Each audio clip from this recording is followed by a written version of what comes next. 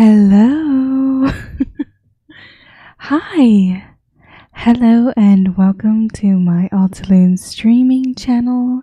Today I'm here on yokai.com and I'm going to be reading about some cool Japanese ghosts and demons and like urban legends, folklores, that kind of thing. I'm really excited about it. Before I start, I wanted to say that I feel like a lot of the reason I listen to or watch live streams or listen to podcasts or things like that is because I'm doing something else and I want something on in the background. And some of the best like background noise is stuff that I'm like interested in and want to learn about, but don't have like the brain cells to like focus on it. So if I can find like a cool podcast about like spooky urban legends or like a cool live stream about like monsters or demons or something, that's the kind of stuff I want to listen to. So I thought I would try and do that and create something that I would want to listen to, that I think hopefully someone else will want to listen to. Like, oh, I want to learn about yokai. I want to learn about demons. Like, I want to learn about cool, creepy, spooky things.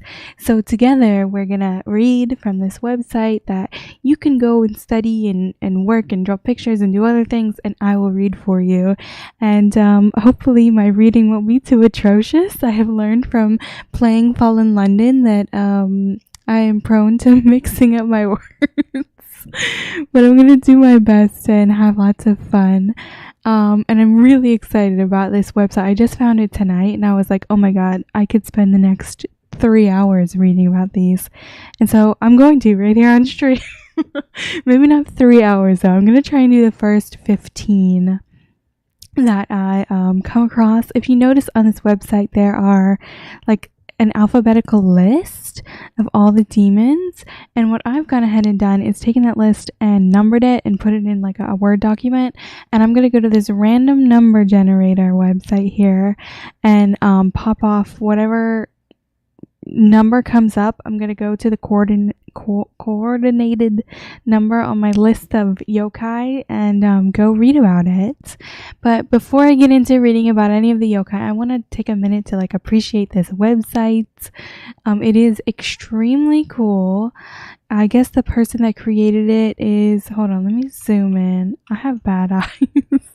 Is Osaru-san, and they wrote these books here too. So definitely if you like this stream and you like what I end up reading on here, definitely consider going and becoming a Patreon for this, or patron. I don't have a Patreon or use it, so I don't know what to say there, but definitely go consider supporting this person. They also have some books here. The Night Parade of the 100 Demons. This looks really cool. And it looks like the author's name is Matthew Meyer. So definitely go check them out if you like this kind of stuff. And I'm going to go ahead and get started. Oh, wait, I wanted to read this first page. Okay. Home. Welcome to yokai.com, the illustrated database of Japanese folklore. Within these pages, you'll find an ever-growing collection of yokai and legends from all parts of Japan and all periods of Japanese history. Some of them have never appeared in English before, while others will be intimately familiar to fans of Japanese folklore.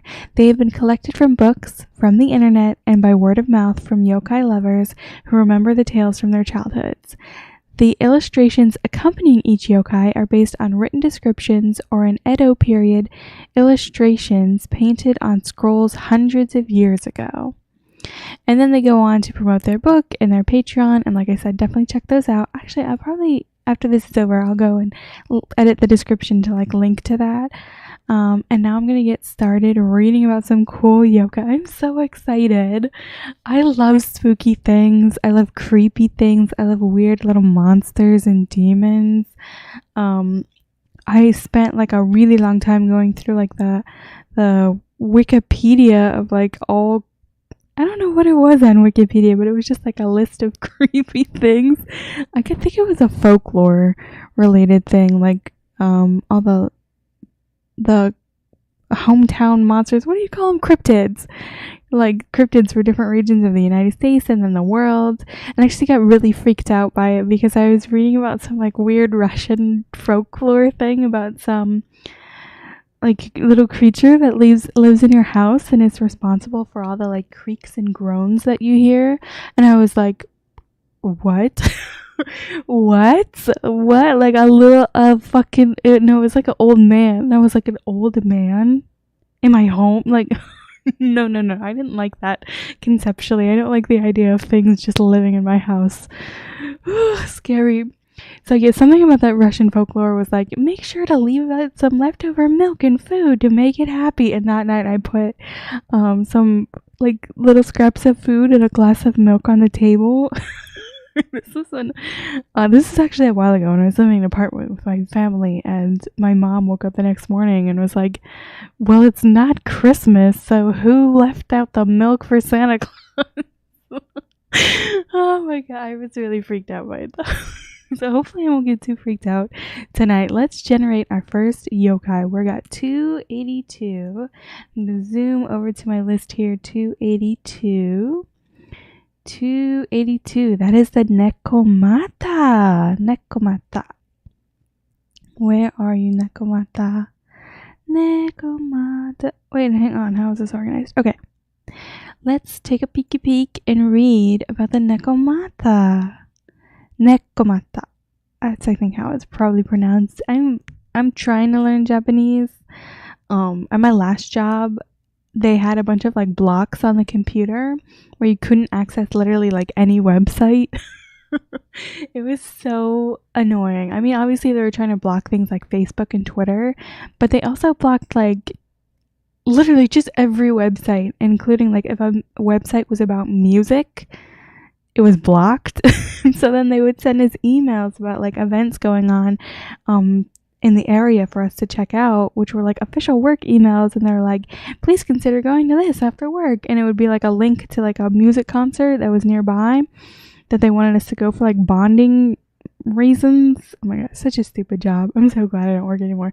But anyway, they would like link us to music websites, and then we couldn't access the website they were telling us to go to because there's stupid block system. Oh, it was so frustrating. Anyway, the only website that I could access when I was at work was Duolingo. So I like started learning a bunch of languages on Duolingo, and Japanese was one of them. And I'm trying to keep up with it, like Japanese, French, and a few other things that I started learning. So my pronunciation will be probably okay. Not great, but perhaps okay. Because I just like spent all my time on the clock not doing any work because work is for suckers. Like listen, this is an anti-work account. Okay, I'm just gonna get into it. Never mind, please ignore me. Let's get into the Nekomata. Translation: forked cat. Habitat: towns and cities. Diet: carnivorous, frequently humans. Oh my, that's a little scary. Appearance: one particularly monstrous breed of bakeneko is the two-tailed variety known as Nekomata. Nekomata are found in cities and villages and are born in the same way as other bakeneko. However, only the oldest, largest cats with the longest tails, and thus the most intelligence, become this powerful variety. When a Nekomata transforms into a yokai, its tail splits down the center into two identical tails. These monster cats are most likely seen walking around on their hind legs and speaking human languages. Oh my god, that's so creepy. Honestly, it's kind of making me think of, what was that movie, the witch with Black Phillip in it, and how at the end of the movie Black Phillip starts just like speaking to her. It's so creepy. After I watched that movie, I went home and I remember like cuddling with my cat in bed. My cat was like laying on top of me. Her face was like super close to my face, and I was like, how horrifying would it be if she just started talking to me in like a deep voice right now? Like, what would I even do? So I can't imagine a cat just it should be cute like Salem the cat from Sabrina the Teenage Witch, but if I really think about it, it would creep me out if my cat started talking to me. I would collapse. How horrified, just knowing that they've understood every dumb fucking thing I've said to them. Okay, behavior. Let's learn about the Nekomata's behavior. While not all Bakeneko are malicious or violent towards their masters, all Nekomata are. Okay, so it's like not every square is a rectangle, but every rectangle is a square. Kind of like that. They look upon humans with contempt. Girl, me too. Nekomata summon fireballs and start great conflagrations. What, pray tell, is a conflagration? Let's look it up. I'm using Bing because I don't ever use Bing, and I'm like horrified at my Google history showing up on the stream. I'm embarrassed to think of like how many times I've searched for easy words that I need to have defined. So a conflagration, an extensive fire which destroys a great deal of land or property. Oh my, okay. So Nekomata summon fireballs and start great conflagrations, killing many people. Bad news. Don't do that, guys. They control corpses like puppet masters with their necromantic powers, and they use their powerful influence to blackmail or enslave humans. Yikes! Oh my. That's not good at all. Sort of like wait, hold on. Their powerful influence. Influence over what? Is it like a necromancy thing? Like I brought you back from the dead and now I have influence over you? Or is it like powerful influence and blackmail like Littlefinger from Game of Thrones? Which one? Tell me. The most dangerous and powerful Nekomata live deep in the mountains where they prowl in the shape of wild cats like leopards and lions. Oh, very scary. Because I live in kind of a wooded area, and we have the last place I lived in had foxes, but I think near here there are cougars. Thank God I've never seen one. But I think just as general area region of the world that I live in, we got cougars out there. If there was a fucking cougar that rolled up onto my porch, like my back porch, because my house backs up to some woods, and started speaking to me, no thank you. They grow to incredible sizes, many meters long, and prey on other large animals such as wild boars, dogs, bears, and of course, humans. Oh my, very scary. But these are pretty cool. I wonder if I search for Nekomata yokai, what will come up? Oh, this is cute. Is this from something? These are cute. Wow, I would hang out with this guy. He's cool. Licking his little paw. I trust these guys.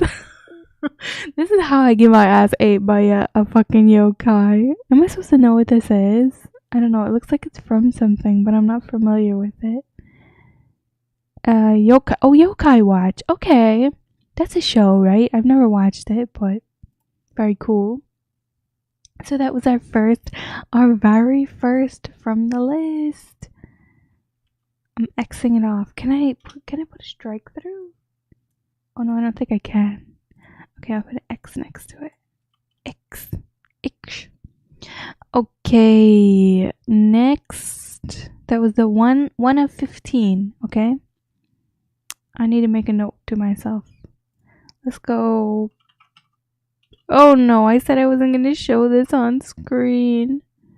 Paste BIM. I just want paste BIM. So we are one of 15, not 12, 15. That's where we're at so far, and we are going to generate our next random number, 54. Alright, let's scroll up, 54. 54. Okay, that is Chico. Chico.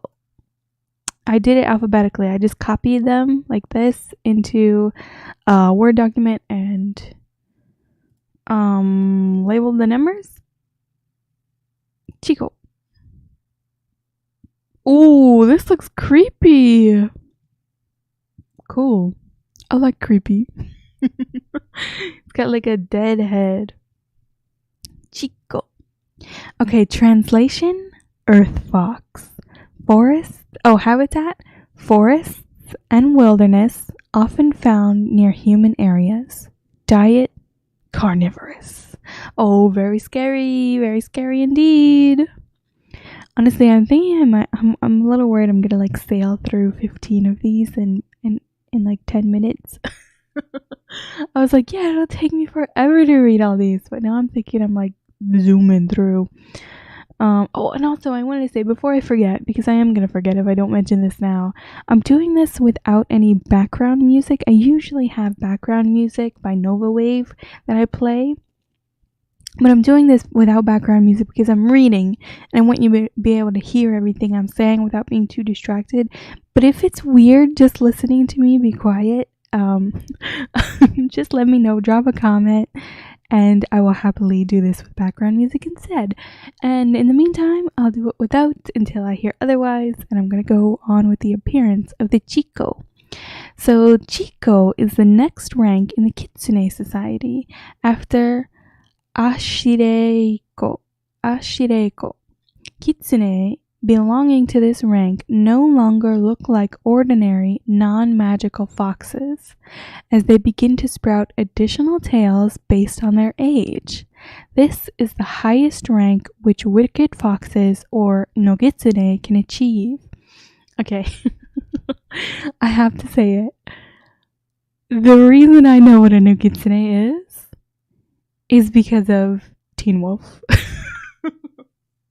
I am one of those. I liked Teen Wolf. I liked the show. It was fun. I enjoyed it. I've watched it.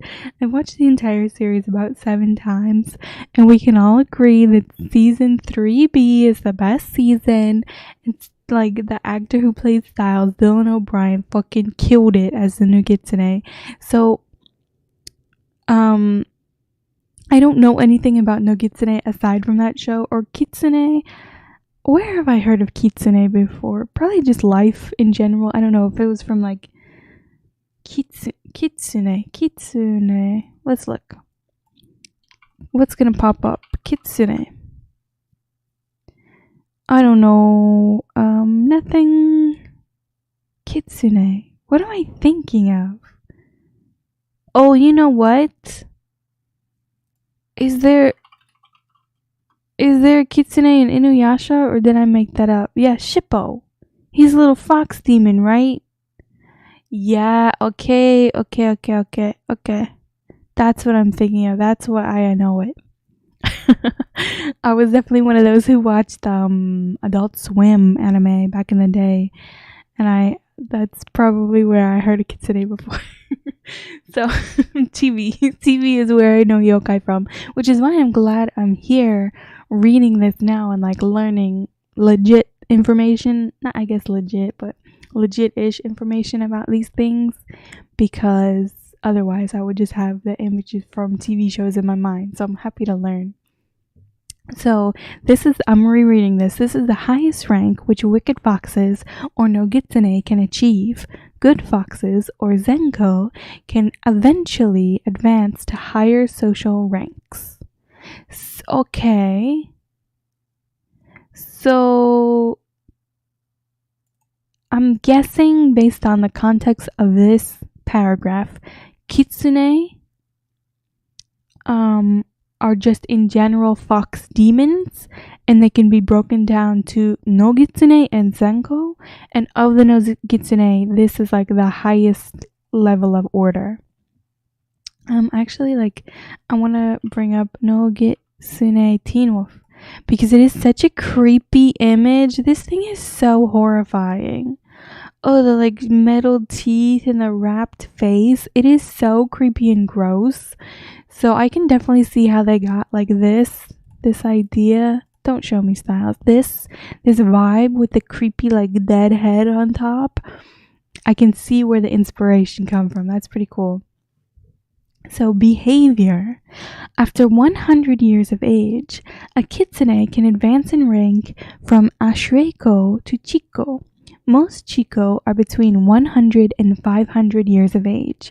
For kitsune who wish to continue to advance in society, this is a period of intense ascetic practice. I have never heard of this word before. What? What?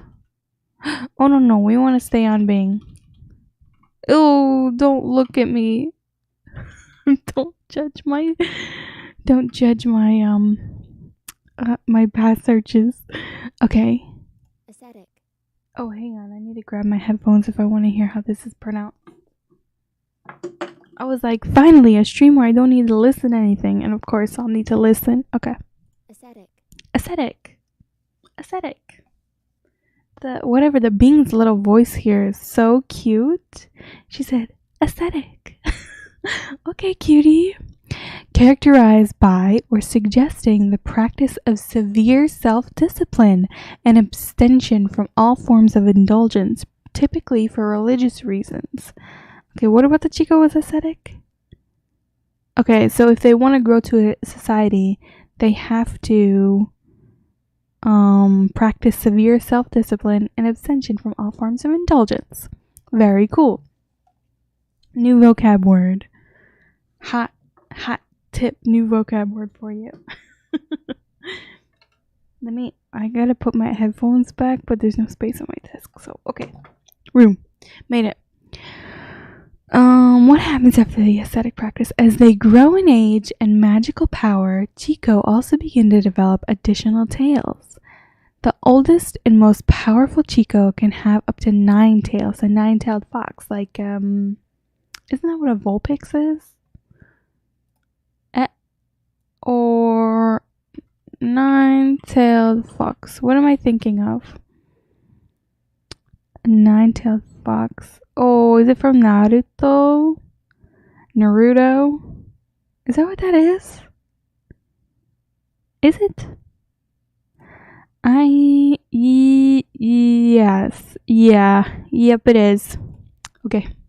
That also might be where I've heard of a kitsune before. Oh, man. Okay, where was I? Where did I leave off?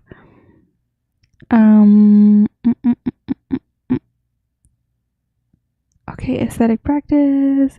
12 additional tails, 9 tails. Okay, I ended at the end of this paragraph. On to the next one. At around 500 years of age, good Chico may advance to the next rank of society and become Kiko. They shed their physical bodies and become spiritual entities. As for Nogitsune, Chico is the highest rank they can ever achieve. No matter how many years they may live, how many tails they grow, or how powerful they become, they will never advance beyond this rank. Even the most famous and powerful 9-tailed kitsune who became Tamamo no Mae, hold on, let me get this right. Tamamo no Mae only held the rank of Chico. Interesting. I bet Tamamo Mama Bebe is here. Yes, it is. We might be reading about them in the future. Okay, interactions. In regards to their relationships with humans, Chico may be wicked, beneficent, or indifferent. Is this like, I'm thinking of the word benefactor. So like nice. Wicked, beneficent, or indifferent. All Chico are powerful. How they use this power depends on whether they are Zenko or Nogitsune. Okay, very interesting. There are the related ones, the Ashire, Kiko, and Tenko. This dude is really cool. I'm low-key obsessed with him. I actually have a ceramic shrunken head in my bedroom right now. It's sitting on my shelf and it looks really similar to this. I wonder if I can find a pic. Hold on. If I can find a picture of it to pull up on stream. Okay. How do you spell ceramic? Ceramic shrunken head purse. Because it is a little like coin purse that I can use to put things in. If I can find a picture of it, I'll put it on stream. Oh, I don't think I can. That's so weird. Why would it?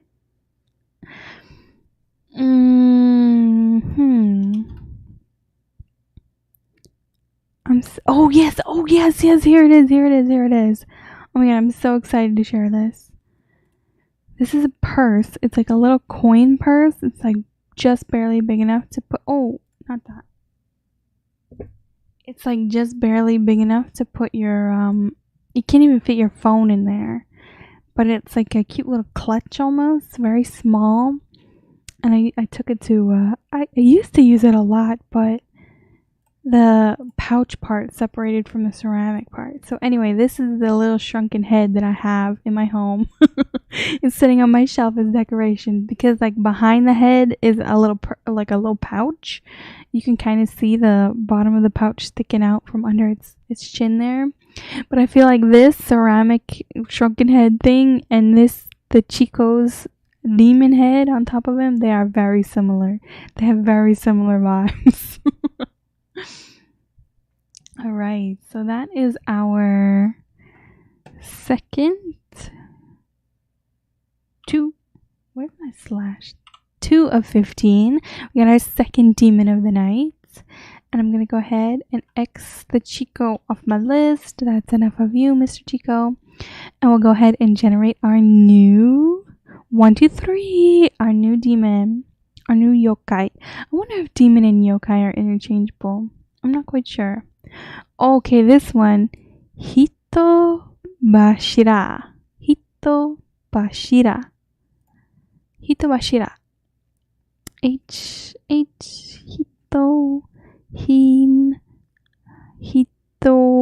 Bashira.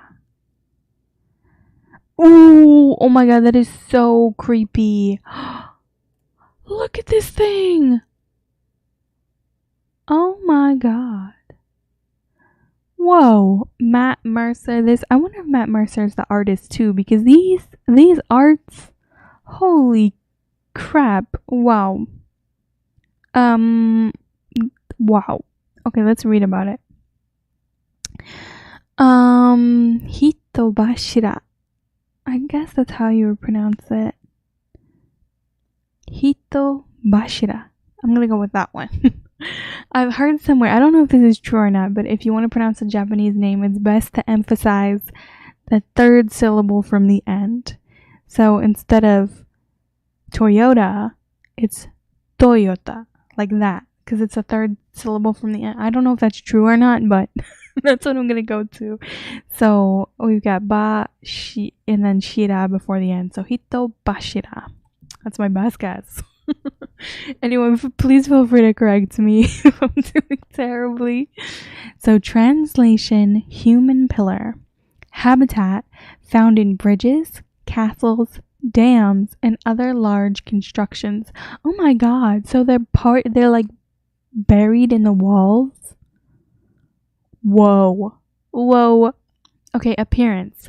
Hitobashira refers to the gruesome practice of burying a living human being in the foundations of important buildings, bridges, dams, tunnels, and particularly castles. What the hell? It was common practice during large construction projects from ancient times through the 16th century.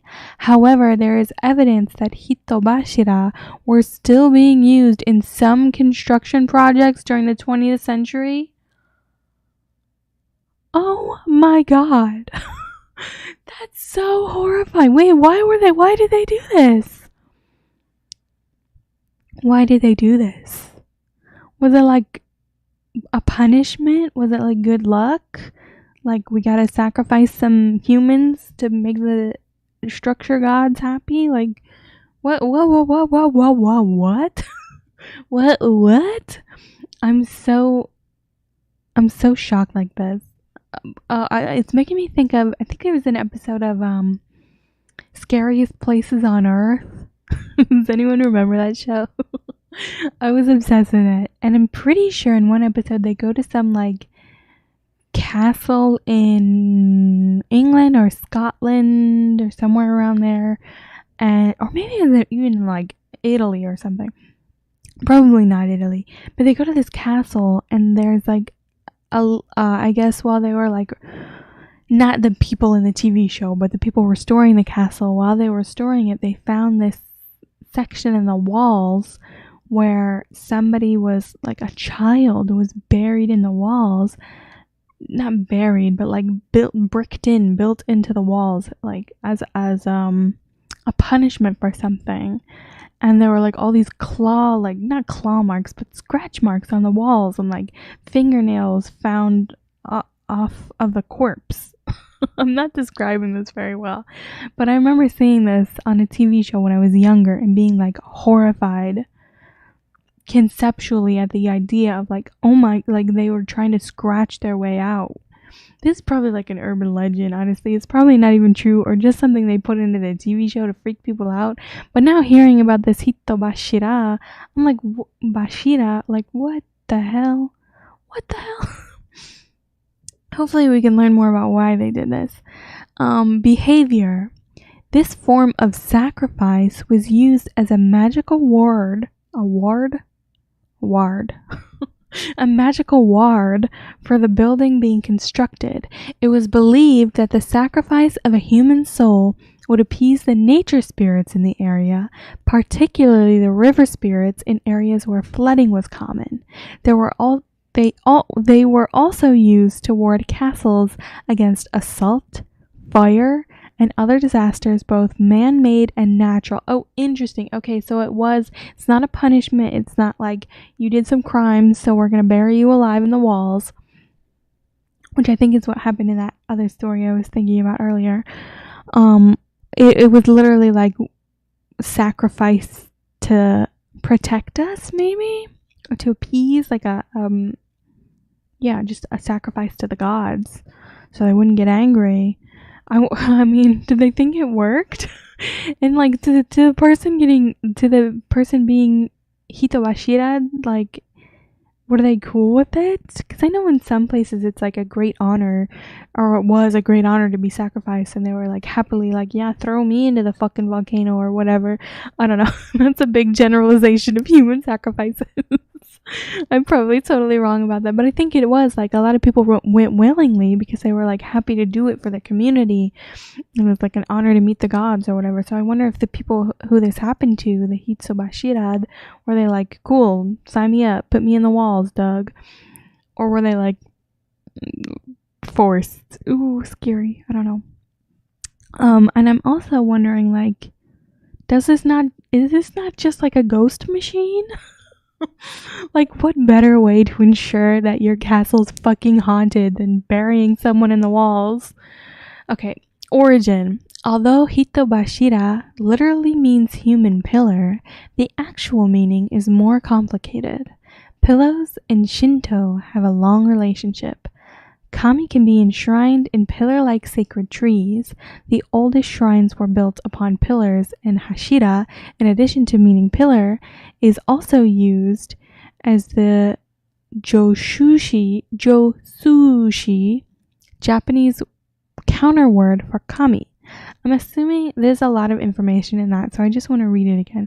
Kami, meaning God, can be enshrined in pillar-like sacred trees. Okay, full stop. Put that thought in my brain. Kami can be enshrined in pillar-like sacred trees. The oldest shrines were built upon pillars. Meaning that pillar trees or just some other type of pillars? I'm not following. Okay. And hashira, in addition to meaning pillar, is also used as the oh my good god, josushi, Japanese counterword for kami. Okay, so hashira. So if you're gonna count a bunch of gods, you would describe multiples as hashira, I guess. I vaguely understand counting words. I'm trying to remember how like a counting word sentence would go, but I can't. So I'm just gonna move on from that. But okay. The bashira in hitobashira refers not to a literal pillar, but actually to this counter word. Okay. I think I get it. The human was enshrined in a manner similar to a kami of the building to which he or she was sacrificed, becoming both a literal pillar and a connection to the gods. Very often, small stone memorials were erected in honor of the hitobashira who were sacrificed to a building. Some still stand today. Oh, that's very interesting. I wonder if there are any that I could go visit and see. I would be interested in seeing one of those stone memorials. Or just any castle at all where this, oh, it's so creepy, where this has happened. Okay, legends. A few famous castles in Japan are connected to legends of hitobashira.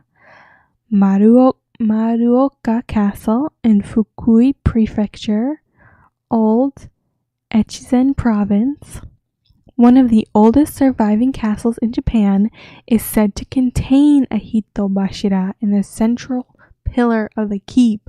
Oh my. Oh me, oh my. I'm putting this in a note for later. I want to go there. Japan borders fucking closed. I'm never gonna go, but this is like now a life goal. I want to go there. I want to, before I die, bucket list. That's what I was thinking of. I want to see this hitobashira. Okay, I gotta nail down how to pronounce this. Maruoka. Where's the third from the bottom? Maruoka. While Maruoka Castle was being constructed, its walls kept collapsing no matter how many times they were repaired. Oh, yikes. Get better walls. Time for a new wall technique. It was decided that a person should be sacrificed and made into a hitobashira in order to improve the stability of the castle. Oh no. I don't like where this is headed. I saw where the next sentence started. I don't like this.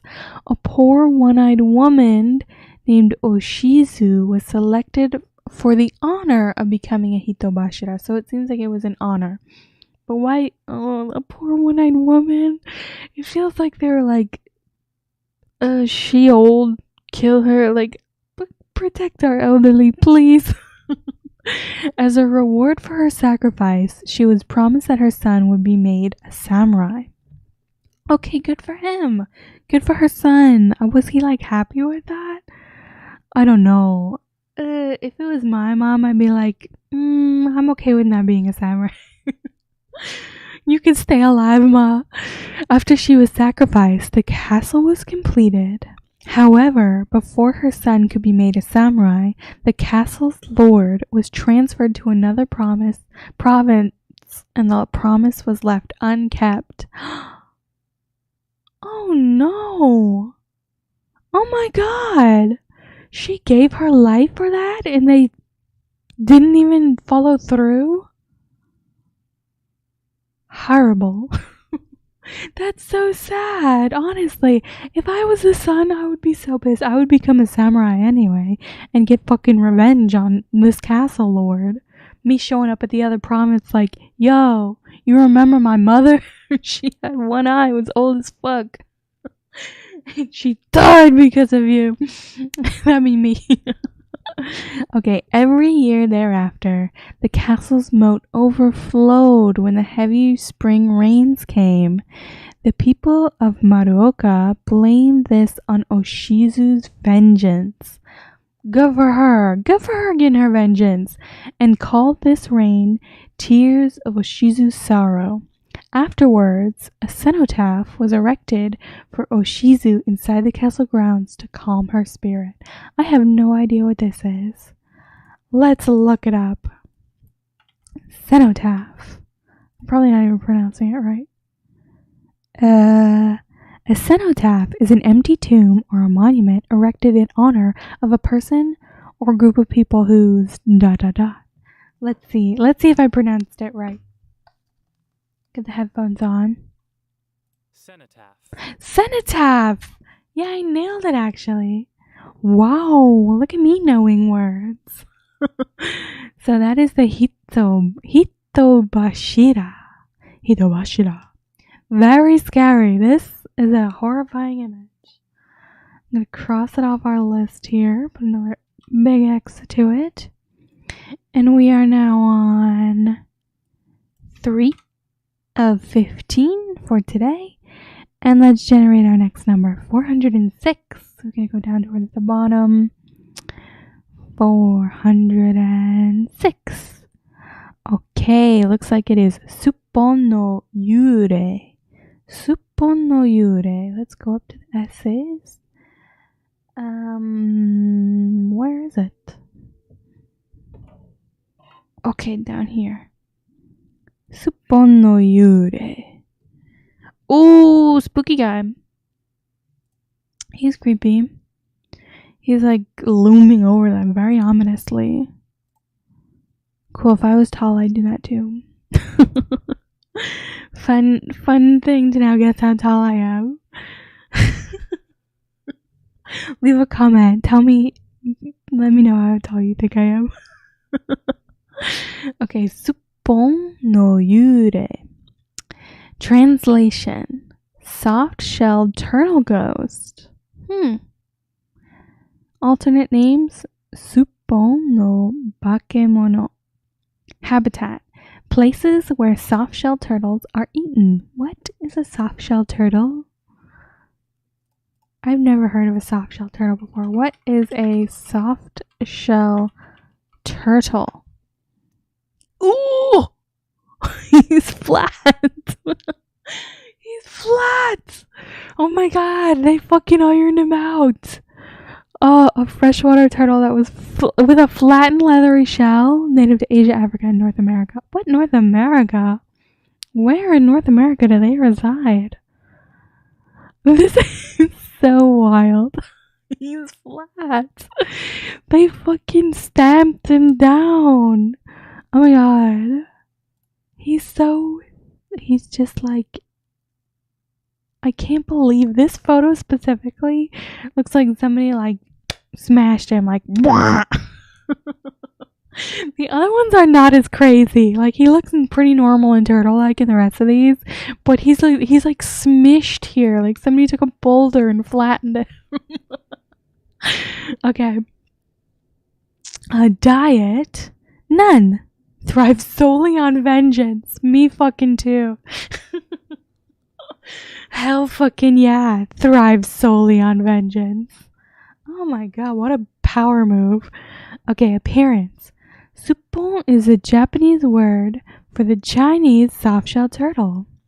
Suppon no Yurei are the vengeful ghosts of soft-shell turtles who appear in order to get revenge on the humans who ate them. Oh, so you're not supposed to eat these turtles? Are they like a delicacy? Questions. We got questions. They usually appear as gigantic ghosts with long, legless bodies and prominent pointed lips, just like a soft-shelled turtle. Do they have pointed lips? Oh, I guess it's pretty pointed. Yeah, they're pointy. You're right. My cat's snoring next to me. Oh my god, that's so cute. I don't think it's loud enough to be picked up on mic, but how adorable. I'm here reading about these horrifying yokai, and he's like, snooze.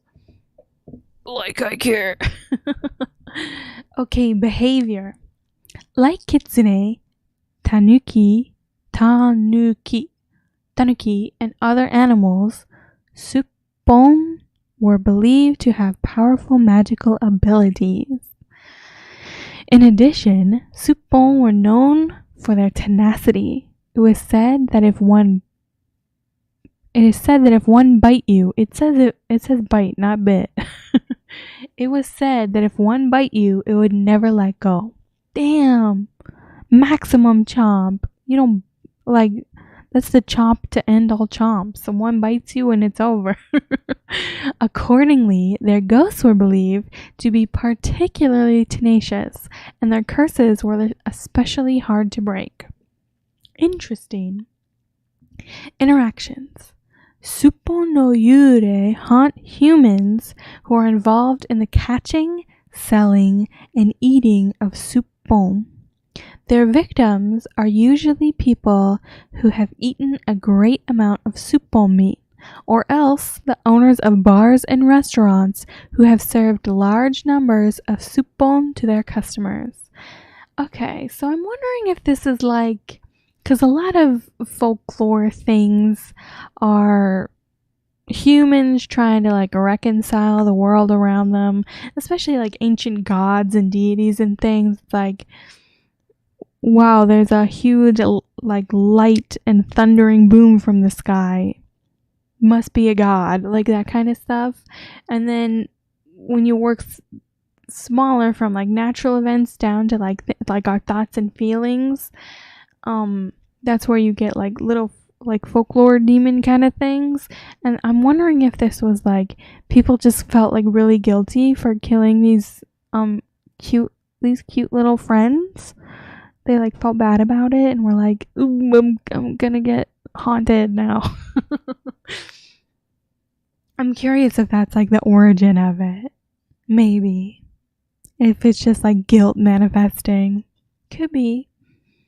Or maybe heartless people were like, you know, cannibal holocaust. We'll fucking kill a turtle. I don't give a shit. Who knows?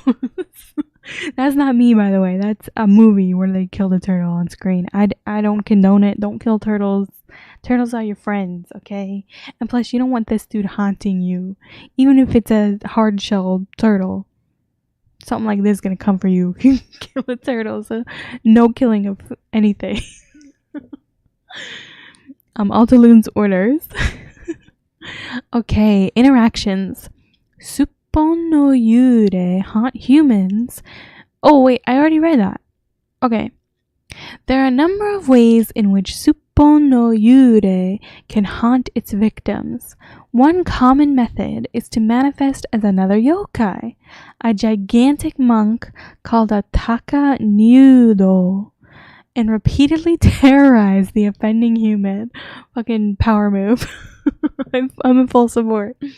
Another common method is to possess their victim and cause them to take on facial and body features resembling a soft-shelled turtle. Damn, okay. So they're going fucking Animorphs on them. Like, dude starts looking like an Animorphs cover, you know. The Suppon no Yurei is in town.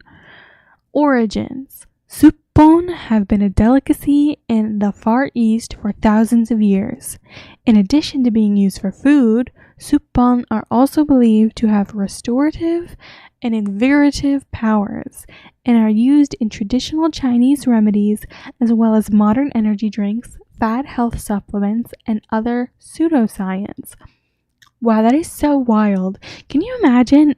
You know what? I don't know what's in most energy drinks, so maybe it is something like this. But can you imagine like picking up your Monster Energy and next to like caffeine and taurine, it says like suppon no yurei, like 9% or something. Oh my god. I mean, that's probably what. Who knows what's in fucking energy drinks these days? It probably is some weird. Chemical animal, who knows, plants. Scary. Legends. One particularly tragic story tells of a man who made his living by catching and selling supon. The deep and long-lasting grudge of all the dead supon manifested as a taka nudo over 30 meters tall. Damn! He big. Which haunted him night after night. On top of that, his own baby was born disfigured and resembling a soft-shelled turtle. Whoa! Oh my god. That's like when moms are like, you eat so many chicken nuggets, you're gonna turn into one. His fucking baby turned into one. He ate so much supon, his baby became baby supon. Baby supon. That's so wild. The child had hair longer than his body. He had webbed fingers and toes. His eyes were large, round, and sharp. His lips were long and pointed. Because of the shape of his mouth, he could not eat regular food, and his parents had to feed him worms. Oh my god. Like, what? What? Is that, I mean, at that point, is it even like having a human child, or is it like having a pet turtle? I don't know. It's like a philosophical question. At one point, are you more human than turtle? That's so crazy. So I guess here he is, 30 feet tall. Like, oh, he's coming out of the soup. So I guess they're eating turtle soup here or something. Dude's legs sticking up. He's like, don't come near me. Damn. This thing's crazy. It's very, very cool, though. I'm impressed. So I'm going to go ahead and put an X next to our supon no yure on our list. Yure. And we are now at 4 of 15. Go to the random number generator and generate another number. 455. Where are we down here? 455. Umibozo. Umibozu. Umibozu. That's what we're on to.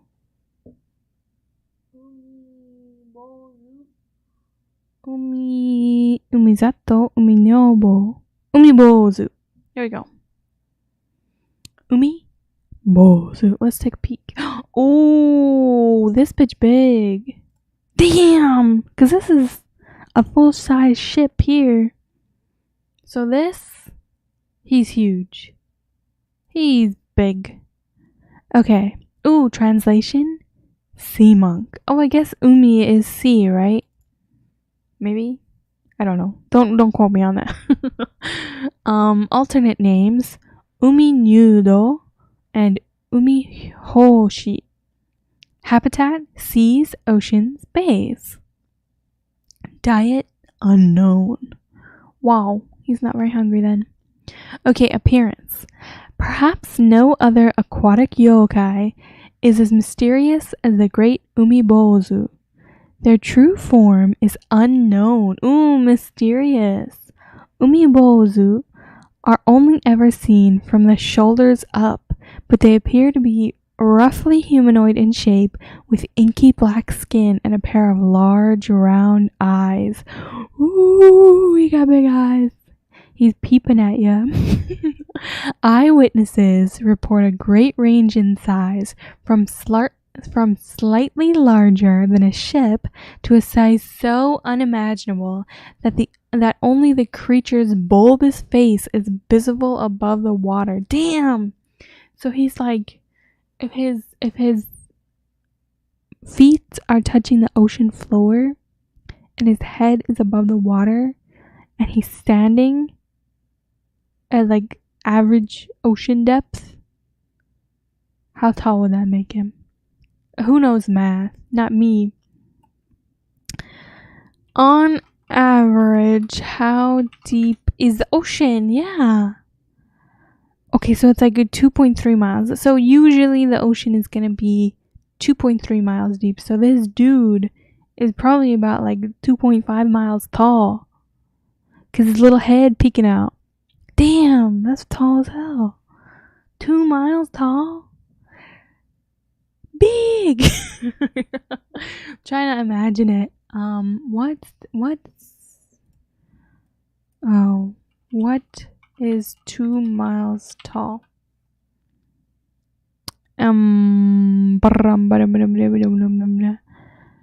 That many foot. Okay, how many feet? How many feet is Statue of Liberty? How tall is it in feet? You're not gonna tell me? It's only 150. What? So if the Statue of Liberty is 151 feet from base to torch. Hold on. Let's get the calculator out. Where's my calculator up? I can't do mental math, so don't judge me. 560 divided by 151. Oh my god! The answer is 69. I'm a child. So it's like 69 statues of Liberty on top of each other. Tallest building in the world. Okay, the Burj Khalifa. Okay, Burj Khalifa. How many feet tall? Okay. The Burj Khalifa is 2,000 feet. So let's go back to this number here. Get my calculator out again. CLC, calculator app. Please open for me. 10,560 divided by 2,722. So it's 3 Burj Khalifas on top of each other. That's how tall this freaking Bozu is. Damn! That is so big. I have no idea where I left off. Okay. Oh, round eyes. Range in size. So unimaginable. Its head is smooth and round, like a venerable monk's, and its body is nude. Oh, he naked, and black as shadow. He's naked, boy. Sir, put some clothes on. Okay, interactions. Umibozu appears on calm nights when there is no sign of anything out of the ordinary. All of a sudden, with no warning, the waves and the weather whip up into a furious condition. Out from the tumult rises a titanic creature. It moves to destroy the ship either by smashing the hull in a single blow or taking it down bit by bit, depending on the size of both the ship and the Umibozu. Wow. He don't like ships, huh? Some rare reports make them out to be more serpentine, while others make them out to be more ghostly, like a gigantic kind of funayure. In the same way as the funayure, Umibozu will demand a barrel from the crew. It uses this to pour huge amounts of water onto the deck, quickly sinking the boat and drowning the crew. Wait, what? It will demand a barrel from the crew? What if the crew doesn't have any barrels? Doesn't it have its own barrel? If you're going up to this many ships and they're all giving you barrels, shouldn't you have a collection of barrels already? Why do you need another? What's up with the barrel? Okay, it uses this to pour huge amounts of water onto the deck, quickly sinking it. I'm guessing. Okay, if it's demanding a barrel from the crew, then it's a barrel that is already on the ship. So it's a human-sized barrel.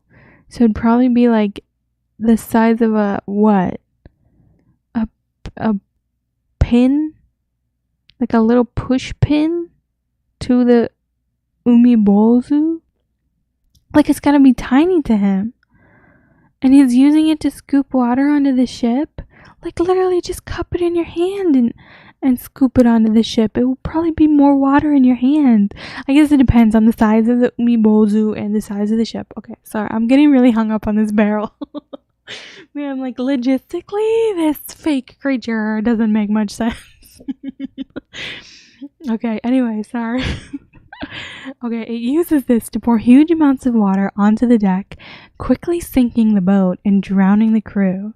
If given a barrel with the bottom removed, the umibozu will scoop and scoop to no effect, and the sailors will be able to make a lucky escape. Wow!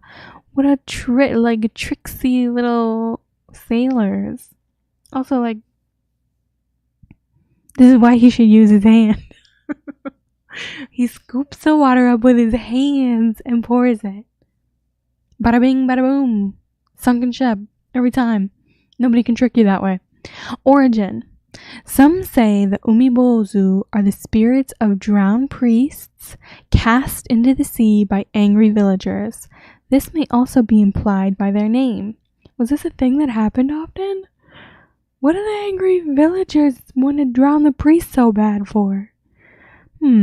These priests were then transformed into ghosts due to the horrible nature of their death, making them cousins of the similarly dreaded Funayure. Others, however, say that umibozu are a sea monster which lives in the depths of the Seto Inland Sea, and that they are the progenitors of a large variety of other aquatic yokai. Because sightings are rare and almost always fatal, it is likely that the true nature and origin of this spirit will remain a mystery for a long time. Damn! Very, very interesting dude. And honestly, him being like the god and the progenitor of other aquatic yokai, that's pretty cool.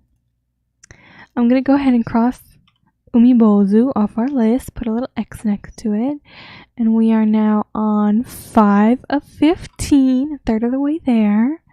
This is going pretty well. We're going to randomize and get our next yokai, 251, towards the middle of the list here. 261, 251. Okay. Kyorinin. Kyorinin. Kyorinin.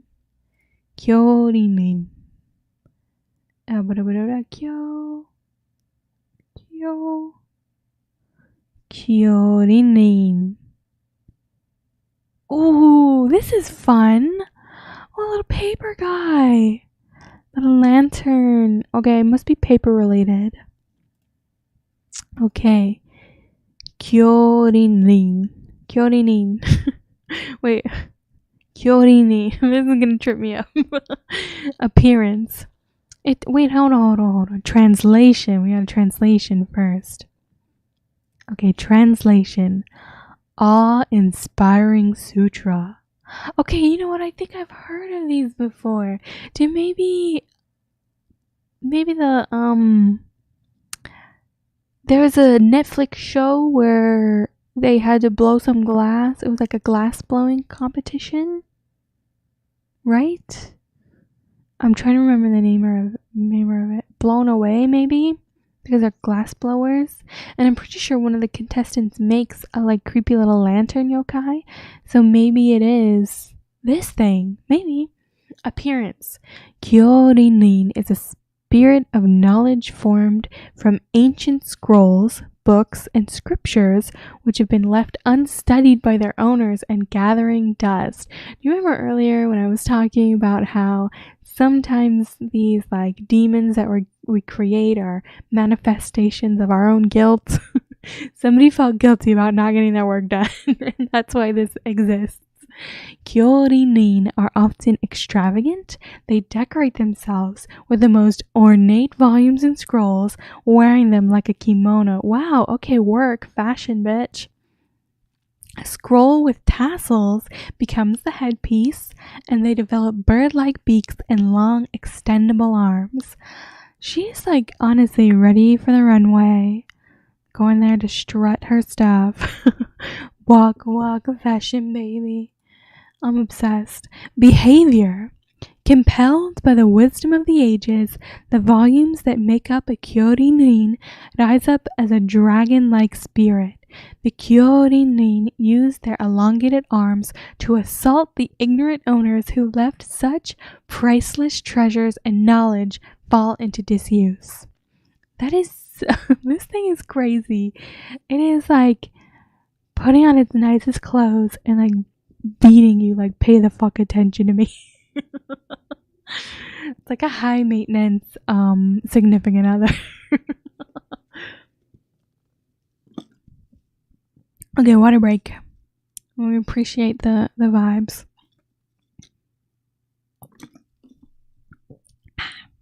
Okay, on to more yokai. I'm gonna cross off, put an X next to the Kyorin on our list, and we are on to 6. We are randomizing our generator to 27. Okay, another K1. Kokuri Baba. Kokuri Baba. Ko, K, Ki, Ko. Kokuri. Kokuri Baba. Let's check it out. Oh my, oh dear. She cutting up a hand. Oh, those are fingers. That's the hand meat. Oh no. Oh no. Oh no. Kokuri Baba. Translation: Hag of the Old Temple. Living quarters. Habitat: old, dilapidated temples. Diet: human flesh. Wow, scary. Oh, this is a long one. Okay, let's get right to it. Appearance: a Kokuri Baba is an old hag which inhabits temples deep in the mountains. She hides herself away in the back of the temple and feeds off of human corpses. Ooh dear. Okay, cannibal woman. Behavior: a Kokuri Baba was once a priest's widow at a remote rural temple. While her husband lived, she was a dutiful wife, helping run the temple, tending to the needs of the parishioners, cooking, cleaning, washing, and taking care of the temple grounds. However, after her husband's death, she retreated into the temple's living quarters and became a shut-in. Oh no, check on your friends when their loved one dies, okay? We don't want them to turn into a Kokuri Baba.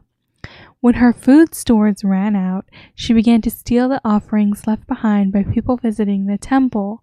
Because of this grave sin, is that a pun? They're just leaving it at the temple, right? Not at graves? Okay. Because of this grave sin, she transformed into a yokai, unable to pass on to the next life. From then on, she developed a taste for human flesh. Yikes. She survived by carving up meat from the corpses of the recently deceased. Oh boy, so it's not even like fresh meat, it's like dead meat. Oh, nasty. When there were no fresh corpses available, she would unearth previously buried corpses. No, babe, that's spoiled. And peel off chunks of their rotting skin off to gnaw on. Oh, nasty. Oh no. That's not it. Like, yikes. How horrible. Interactions. Kokuri Baba did not usually interact with people, preferring to stay hidden away in the back rooms of their temples. However, when traveling monks pay a visit to their temple, they do not pass up the chance for some fresh meat. Oh, okay. So the monks show up and the Kokuri Baba is like, ooh, tasty. They're like Grubhub, DoorDash delivery, monk to the door. People who encounter a Kokuri Baba usually realize too late that they are in danger. Oh my. Origin. Kokuri Baba was invented by Toriyama Sekien? Toriyama Sekien for his book Konjaku Hyaki Shui. Although it is written with words that literally mean hag of the old temple living quarters, Sekien was well known for using wordplay in his yokai names, and this yokai was no exception. Kokuri is reminiscent of a popular folk phrase, mukuri kukuri, which is used as a metaphor for something scary. Oh, is it? Mukuri kukuri. That's fun to say, okay. Indeed, Sekien points out in his description that Kokuri Baba is even more fearsome than Datsueba. What is Datsueba? Oh, the skin-flaying hag of the underworld. Sheesh! Holy shit. Fucking Bolton over here. So the Kokuri Baba is even scarier than that thing? Even scarier than the underworld demon. Shit. Okay. Definitely don't want to run into one of these Kokuri Baba. Parents would scold misbehaving children with Mokuri? No, sorry. Mukuri? Kokuri? A demon will come if you don't stop misbehaving. Damn. Fucking boogeyman's gonna get you for real. That is just like, why do parents do that? For like centuries upon centuries, parents are just like, something's gonna fucking come for you. Be afraid. That was just how you had to rear kids for all of history. Mukuri Kokuri has a long history, originating in the Mongol invasions of the 13th century. The Mongols under Kublai Khan had conquered China and Korea, and they had set their sights on Japan. The invaders were viewed by most people as the living embodiment of demons. Japan's victory against the Mongols, thanks in no small part to two typhoons, believed to be kamikaze or divine winds sent from the gods, which eradicated the two major Mongol invasion fleets, ended Mongol expansion, and is had a profound impact on the identity of Japan as a nation. There's a lot to unpack there. The memory of the invasions remained strong for generations. Okay, so these people like saw the Mongols knocking at their front door, and thankfully these typhoons came and like swept them away both times. Because if those typhoons hadn't happened, I don't know, it feels like it's implied here that the Japanese people or the nation of Japan would have been conquered if those typhoons wouldn't happen. That's not me saying that. This is like the implication I'm picking up what they're putting down. Like the Mongols took over everywhere else, China and Korea, so it was looking likely, and like the fear of these invading Mongols was like deep in these people. Okay, interesting. Okay, the memory of these invasions remained strong for generations and became a part of folklore. The fear of invading Mongols was basis for the phrase Moko Kokuri no Oni ga kuru. The Mongolian Korean demons are coming. Oh dear. That feels racist. Okay, moving right along, which over the centuries was corrupted down to just Mukuri Kokuri. Okay. I think I said it was like a fun little phrase earlier, but now the origin seemed questioning, so yikes, just kidding. Yikes, I didn't know.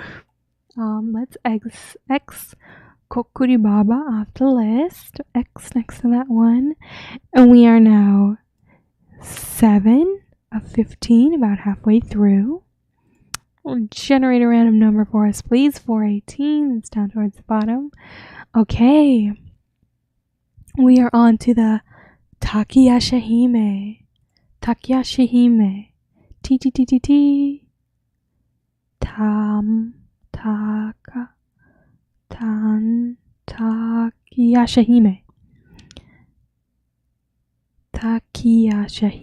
Takayashihime. Okay. Translation: Princess / Lady Takayashi, Takayasha, literally waterfall demon princess. Okay, cool. A princess? That's fun. Let me take a sip of water, actually. She's a waterfall demon princess, so I'm going to take a sip of water in her waterfall honor.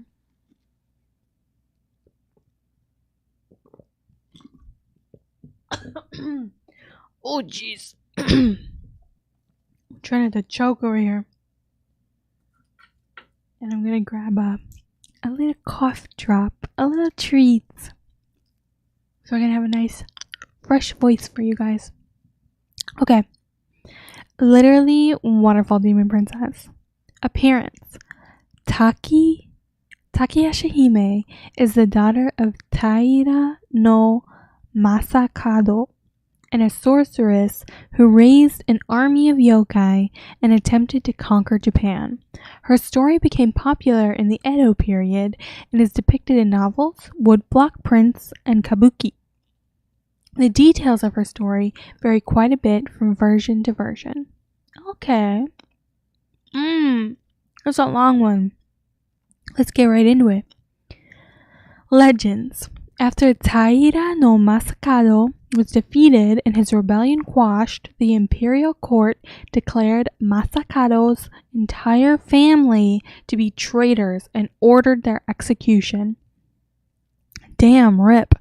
Two of Masakado's children, Yoshikado and Satsuki Hime, somehow managed to escape their execution. Good for them. Damn. They pieced out. They remained in hiding at a temple at the base of Mount Tsukuba for years. Satsuki Hime became a devoted nun, but her brother was not interested in religion. Me either, buddy. He spent his time exploring the mountain and playing at being a samurai. Wow. I don't know if that's an insult to him or not. Like, oh, you tried your hardest to be a samurai, but no, you were just playing at it. Like, did he do a good job? I guess not. I guess the implication here is no. One day, while exploring Mount Tsukuba, Yoshikado encountered a mysterious wizard named Nikushisen.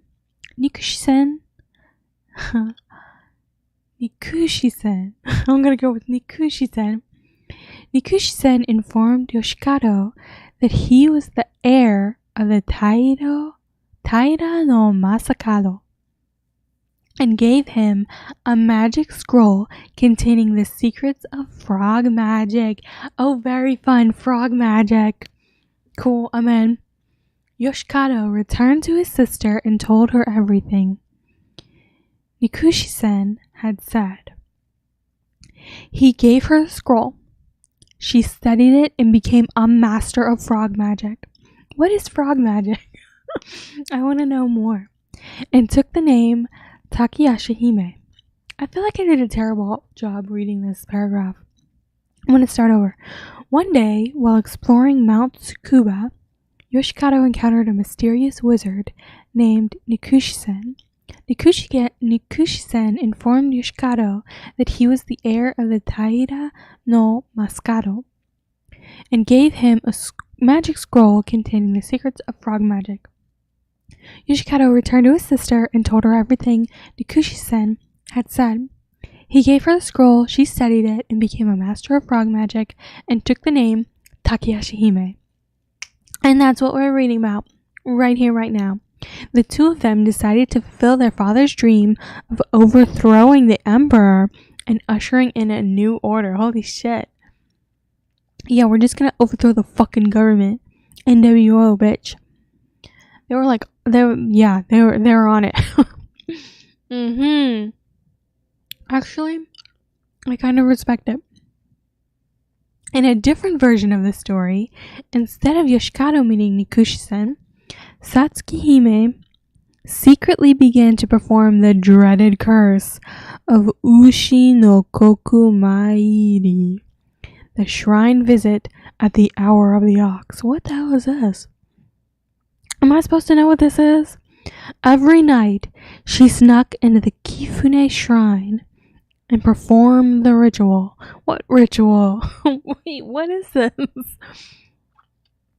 After 21 nights, she awakened the Aramitama, the violent, wicked spirit of the Kifune shrine.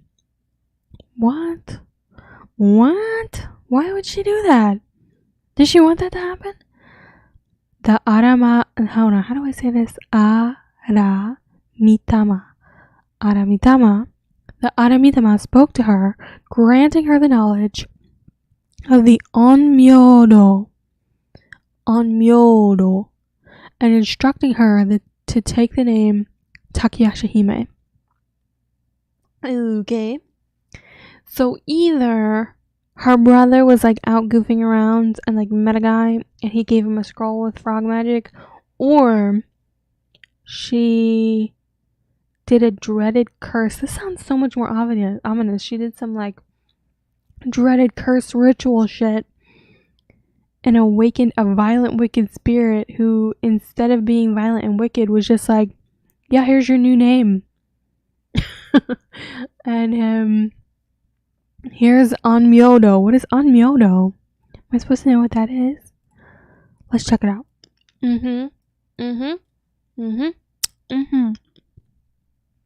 A traditional Japanese esoteric cosmology, a mixture of natural science and occultism. Okay, pretty cool. I'm in. I want to learn it. Me too. I'm going to go to the Kifune shrine and perform the ritual and for 21 days and awaken the spirit. I want to learn the frog magic. Takayashihime and Yoshikado returned to their father's fortress of Soma Castle in Shimosa province. They called on the surviving soldiers who remained loyal to their father's cause, using her newly acquired black magic. Ooh, so she's like a spooky, evil, dark magic witch. Takayashihime raised an army of yokai, hell fucking yeah, to continue her father's rebellion against the emperor. Fuck yes. Oya no Taro Mitsukuni, a warrior who was knowledgeable about Onmyodo, had heard of Takayashihime's plans and set out to Soma Castle to investigate if the rumors were true. When he arrived, Takayashihime disguised herself as a prostitute, oh my, and tried to seduce Mitsukuni. However, Mitsukuni suspected a trap and told her about the brutal death of Taira no Mascado. Takayashihime could not contain her emotion and she fled from Mitsukuni. That night, she ambushed him with an army of skeletons, cool, and yokai. Oh my god, that's so much fun. I would love to command an army of skeletons.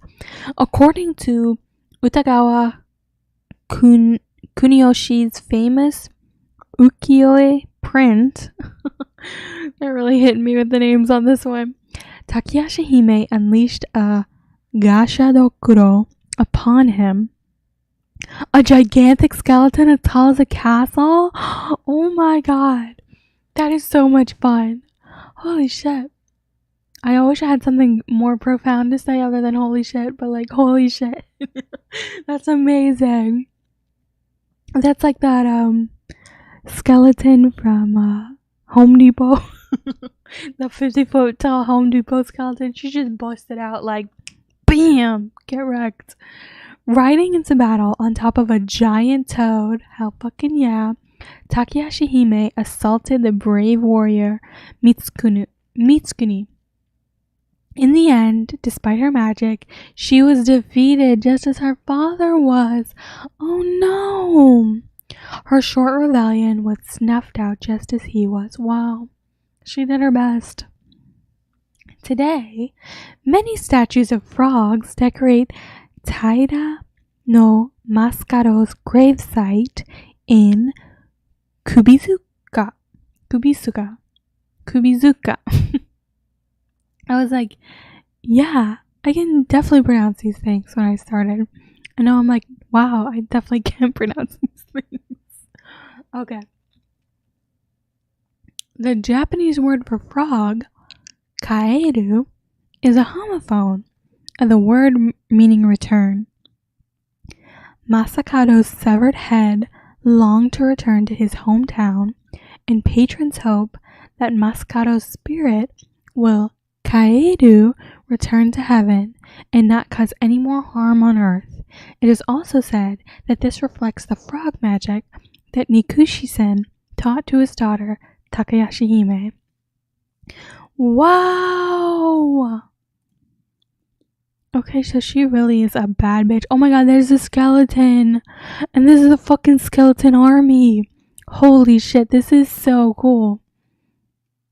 I'm in love. Girl, let's get married. I respect her so much. Okay. What was this one? What was my number? 418. Cross Takayashi Hime off the list. We are now 8 of 15. Gonna randomize my next one. 51. Did we already do 51? I think we did something similar. I think we did 54. Okay, 51. Byakko. Byakko, and we're doing tiger, I think. 51 tiger, yes. Okay. Byakko. There's definitely a emphasis. Byakko. Translation: white tiger. Alternate names: Baihu. The habitat: the western sky. Oh, cool, a sky tiger. That's very fun. And so is it like a zodiac constellation thing? Maybe. Appearance: Byakko is a celestial white tiger. His home is the western sky. He spans 7 of the 28 Chinese constellations, making up 1/4 of the entire sky. Oh, he's pretty big. The constellation which makes up the rear of the tiger is located in Andromeda and Pisces. The constellations which makes up the middle of the tiger are located in Aries and Taurus. Hey, I'm a Taurus. Fun fact about me. The constellation which makes up his front legs and head are located in Orion. Interactions. I wish I had more to say about the constellations, but I don't really know anything about constellations or the sky or zodiac stuff. I mean, I know I'm a Taurus, but that's about it. Okay, interactions. Byakko is one of the Shijin, or 4 symbols, which are important mythological figures in Taoism. Byakko is a guardian of the West. He is associated with the Chinese element of metal, the season of autumn, my favorite season, and the planet Venus, and the color white. He represents the virtue of righteousness. He controls the wind. So this is like, is this more like a Chinese concept that is maybe like borrowed in Japan? I don't know. Origins. Oh yes, was brought to Japan from China. Nailed it. See, I can extrapolate. I can learn. I can use my context clues to figure things out. Byakko and the other Shijin were brought to Japan from China in the 17th century CE. In the 7th century CE. My god. Why did I say 17? They are strongly associated with Taoism, Feng Shui, astrology, the 5-element theory, and other forms of Chinese mysticism. I've never heard of the 5-element theory. I have to check that out. Japan's ancient capitals were built in correspondence to these beliefs, with each of the quadrants of the city dedicated to one of the 4 symbols. That's actually very interesting. I'd like to know more about that. Excavations of ancient burial mounds in Nara has revealed paintings of Byakko and the other shijin on the tomb walls, like cave paintings. Is it that old? In later centuries, belief in astrology waned, and worship of the four symbols was gradually supplanted by worship of the four heavenly kings of Buddhism. Their use of symbols, however, continued. Wow, very neat. Fun little white tiger. Honestly, I like my yokai to be a bit more like demon, ghost, creepy thing. So this didn't appeal to me as much. More like mysticism, which is also very fun, but I don't know, not as much for me. So cool little white tiger. I respect him up there in the sky. We are now 9 of 15, nearing on the end. Let's generate a new one. 19. Okay, 19. Amahure kozo. Amahure kozo. Amahure kozo. Amaona. Amafure kozo. Oh my. Oh boy. Old umbrella head. Oh, we got duck feet. Damn. Give me 1 second.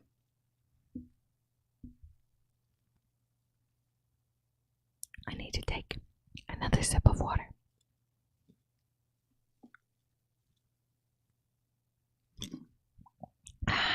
Okay. Ame huri kozo. Translation. Rainfall priest boy. Okay, yes.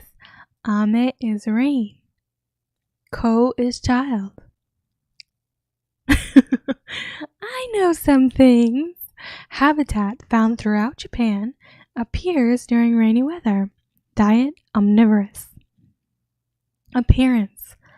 Ame huri kozo resembles young boys.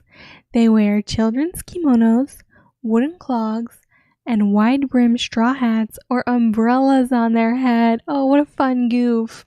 Or like Bill Murray in Space Jam. I was thinking of the right thing. Bill Murray in Space Jam, please show me the fucking umbrella on his head. Oh, he does have a boyish charm, right? Is he an Amehuri Kozo? I remember seeing this in this movie and I had to like ask my dad, like, what is he doing? Why is he wearing that on his head? And now, me being the goth that I am, I literally carry a parasol everywhere I go, and this fucking hat is Galaxy Brain, and I'm sad I don't have one. So, umbrellas on their heads. They are not particularly cute and have pudgy upturned noses. No comment. Behavior. Despite their childish appearance, Amehuri Kozo are charged with the very important task of causing rainfall. Well, that's fun for them. So they're like the rainmakers. Wherever they go, they cause clouds to form and rain to come down. In ancient China, Amehuri Kozo were thought to be the servants of the god of rainfall, who is known as Ushi in Japanese. Okay, so little like rain minions for the rain god. Interactions. Amehuri Kozo are shy and rarely interact directly with people. Aww, little shy guys. However, they enjoy stealing people's umbrellas and wearing them as hats. Aw, fun little tricksters. They then cause rain showers to fall down on their victims. Little like, rotten little bad boys. They're up to no good. Origin. Did I just read that? No, I didn't. Okay. Origin. Amehuri Kozo became widely known thanks to the printing boom during the Edo period. They were common characters in the cheap pocket-sized publications sold by street vendors known as kibyoshi, or yellow covers. I thought I was gonna hiccup. Oh my god, I didn't. Okay, I hiccuped. I tried to do it off mic. Kibyoshi were satirical comics heavy on illustrations, literally like the funny pages, depicting urban life with easy-to-read prose. Ame Hurikozo and other priest boy yokai became popular in these adult-oriented comic books. People enjoyed their grotesque, silly, yet somewhat cute appearance. Honestly, I get it.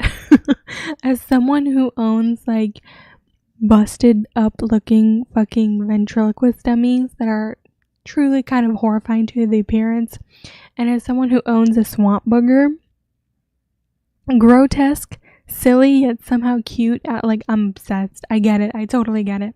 That is my vibe. I also really love things that are grotesque, silly, yet somewhat cute. Especially if they're like creepy too. So I'm on board. If I was living in the Edo period, and somebody was printing cheap pocket-sized publications full of creepy, grotesque little dudes, I would buy so many of them. I'd have a whole collection. Legends. Rain that falls while the sun is out is known in Japanese as Kitsune no Yomeiri. Hold on. Yomeiri. Kitsune no Yomeiri. Fox weddings. Oh, that's cute.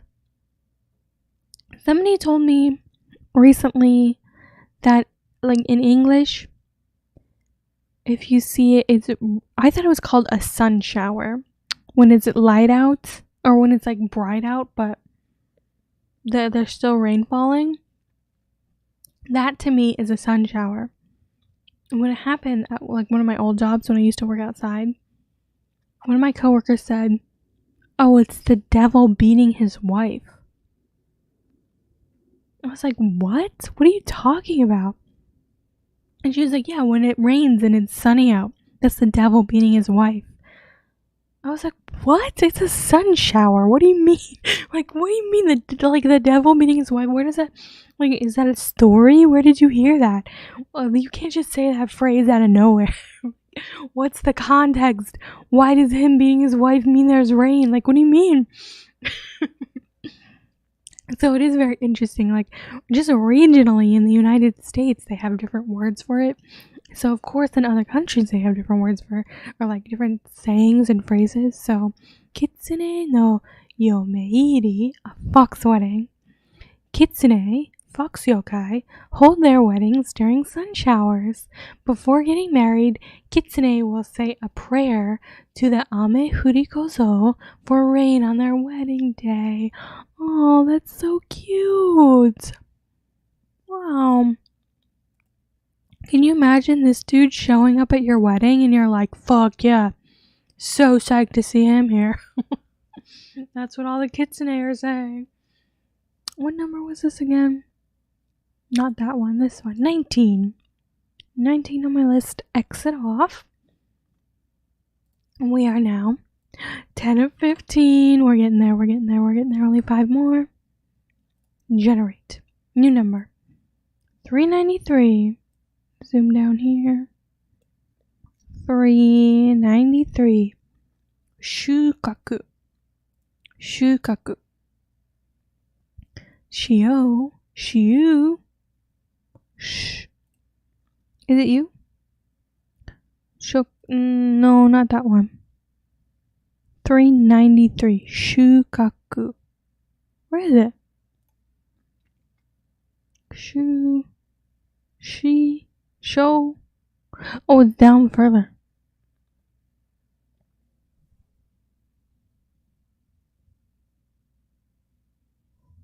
What? I don't see it. What the hell? Shukaku. Where is the Shukaku? I see Supon, Suteku. Wait, it's an H. Shu. She, show. Shu. I feel so dumb right now. Shukaku. What?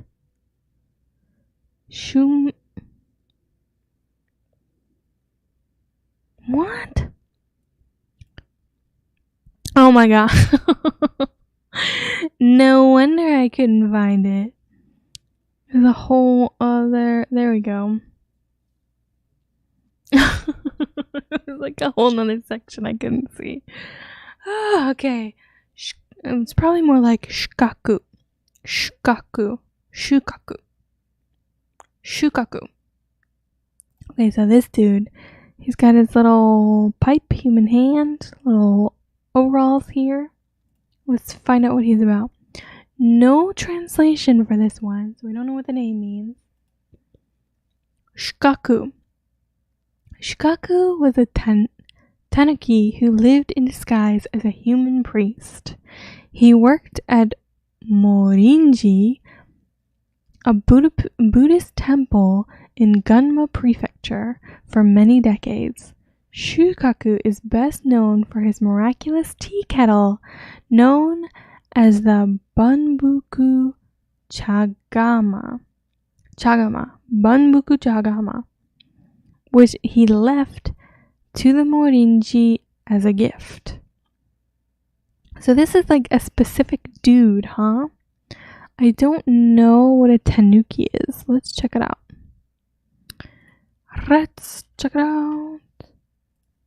Oh, cute!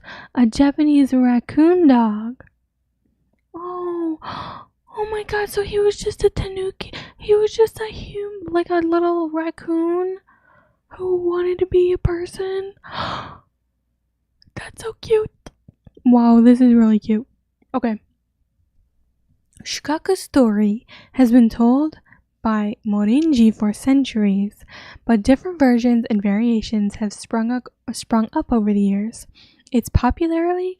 I'm losing my ability to pronounce things as this is going on. Its popularity spread during the Edo period thanks to a booming publishing industry, and it became well known across Japan.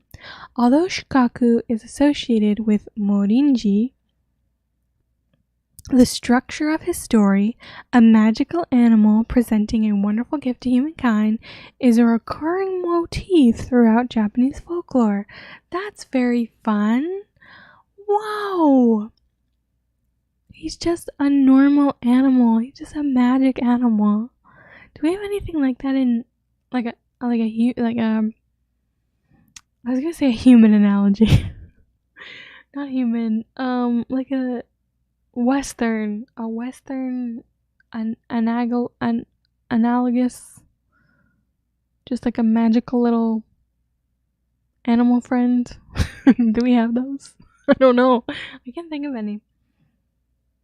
Legends. Morinji was founded in 1426 by a priest named Dairin Shotsu. While he was traveling through various countries on pilgrimage, he befriended a priest named Shukaku, and they traveled together. Oh, cute. My god, he just made a little raccoon friend.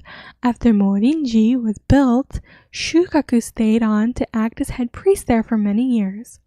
In 1570, an important religious gathering was held at Morinji. Priests from all over the country traveled to Morinji. When it came time to serve tea, the priest realized that they did not have enough kettles to serve such a large gathering. Oh no. Oh no, I hate when that happens. All your friends come over and you only have the one little kettle. I'm just kidding. I've never made anything in a kettle. Never even owned a kettle in my life. Shukaku, still serving the temple 144 years later, did that not, raise any red flags to anybody? 144 years after his arrival, brought his favorite tea kettle to help serve the priest. This tea kettle was a miraculous object, for no matter how many times you dunked a ladle in, it was always brimming with enough hot water to make tea. Wow! Like the bag from Halloween Town, but it's a tea kettle. It also stayed hot for many days after heating it. Fancy.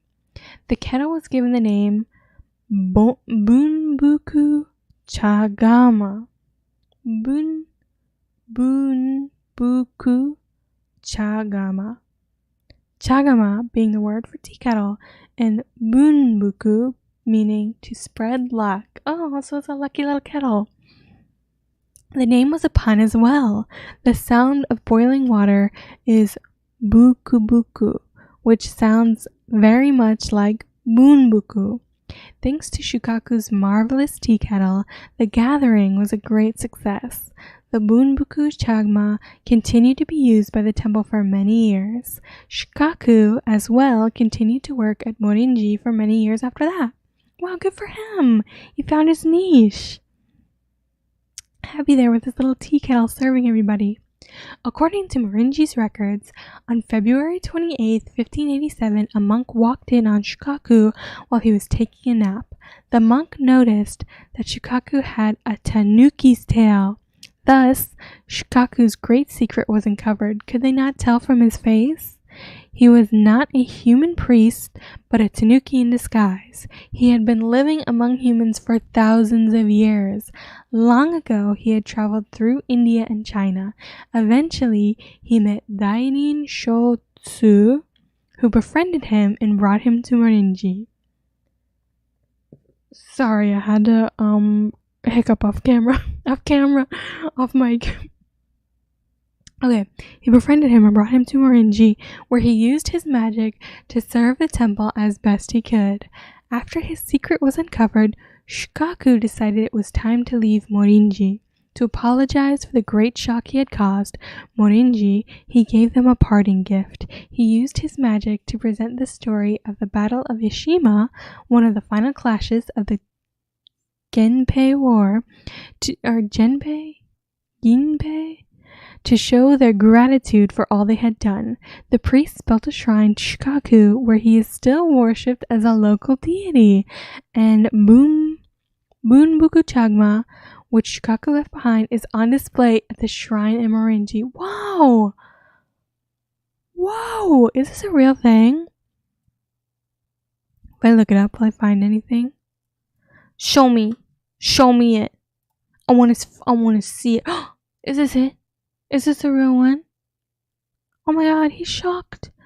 He's like, oh my god, this bitch got a tail. Wait, he is the kettle? There's a lot going on here. There's his little kettle. Oh, he's sleeping.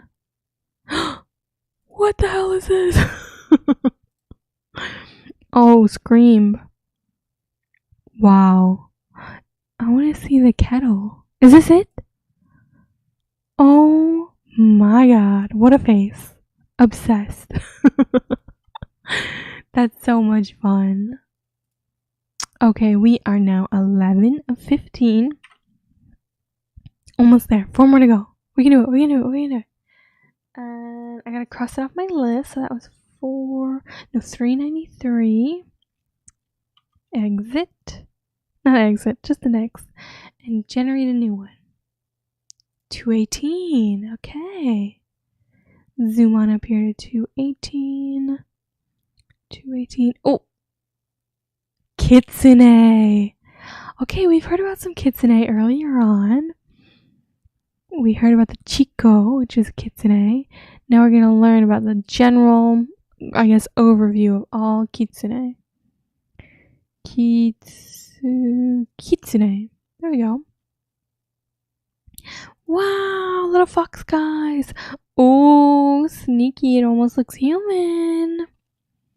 Okay, kitsune. Translation, fox. Foxy. Names. Unique names exist in many individual instances. Habitat. Found throughout Japan.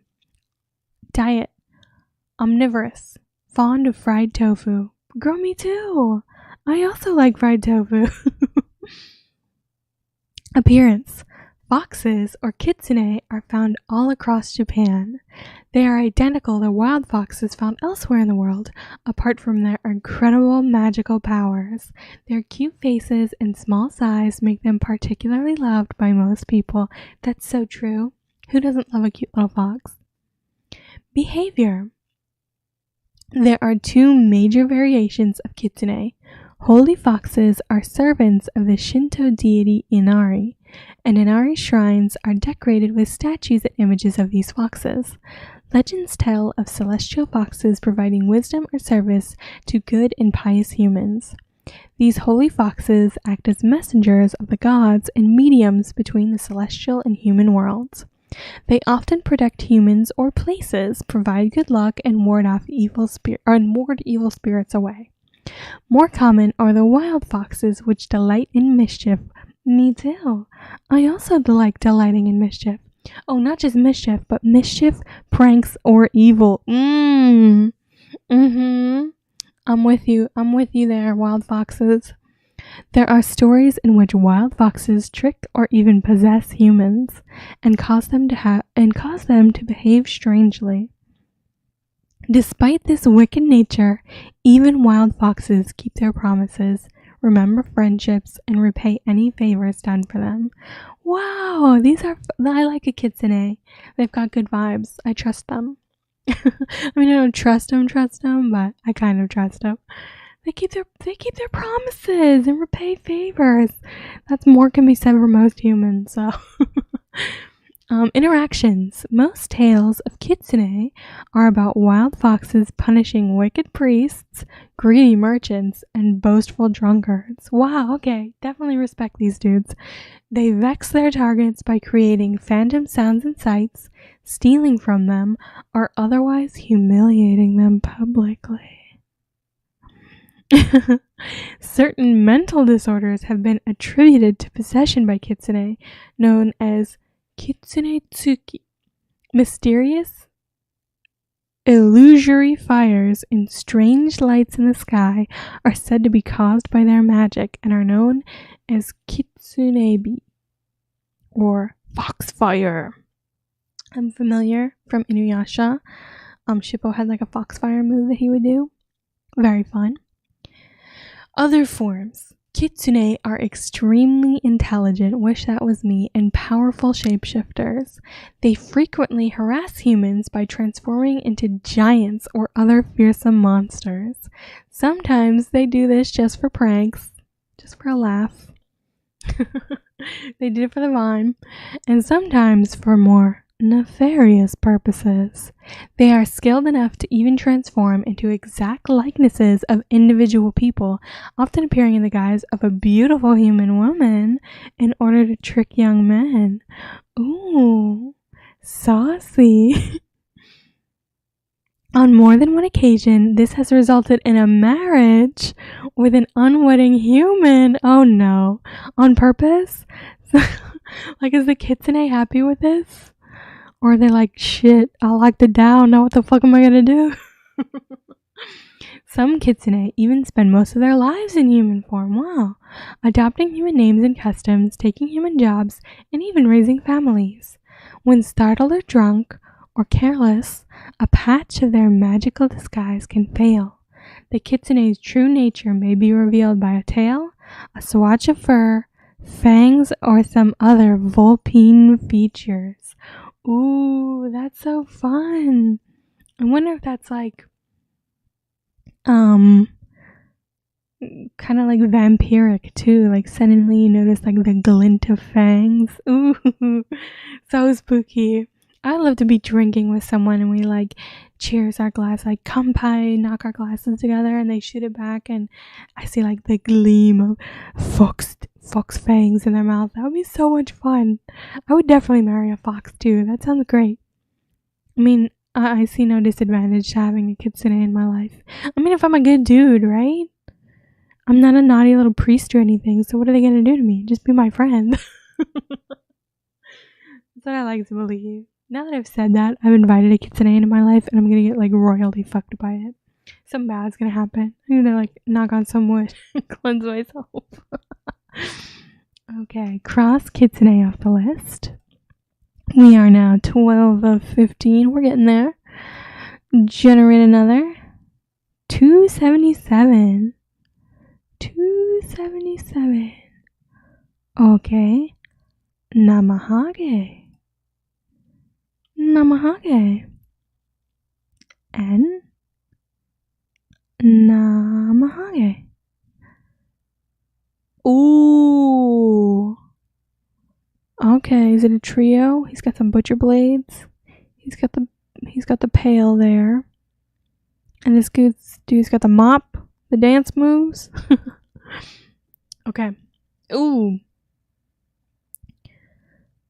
Namahage, from a phrase meaning peeled blisters. Ooh. Alternate names: Amahage, Amamahagi, Namomihagi, Aposha.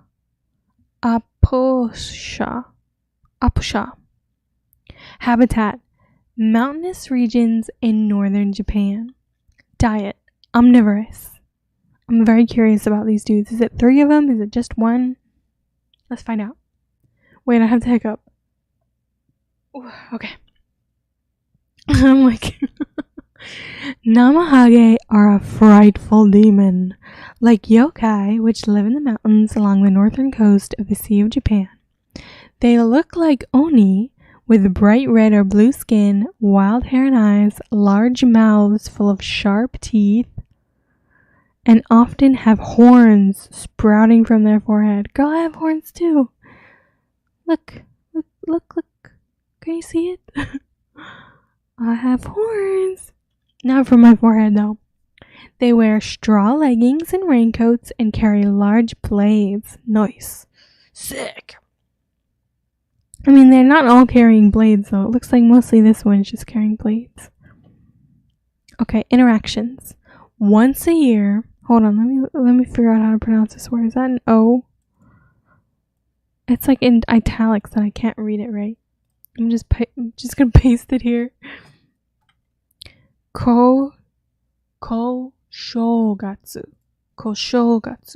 Okay, once a year during Koshogatsu, the first full moon of the year, the Namahage descend from the mountains to scare villagers. Oh, so it's a fun little fright night for them. It's like mischief night before Halloween.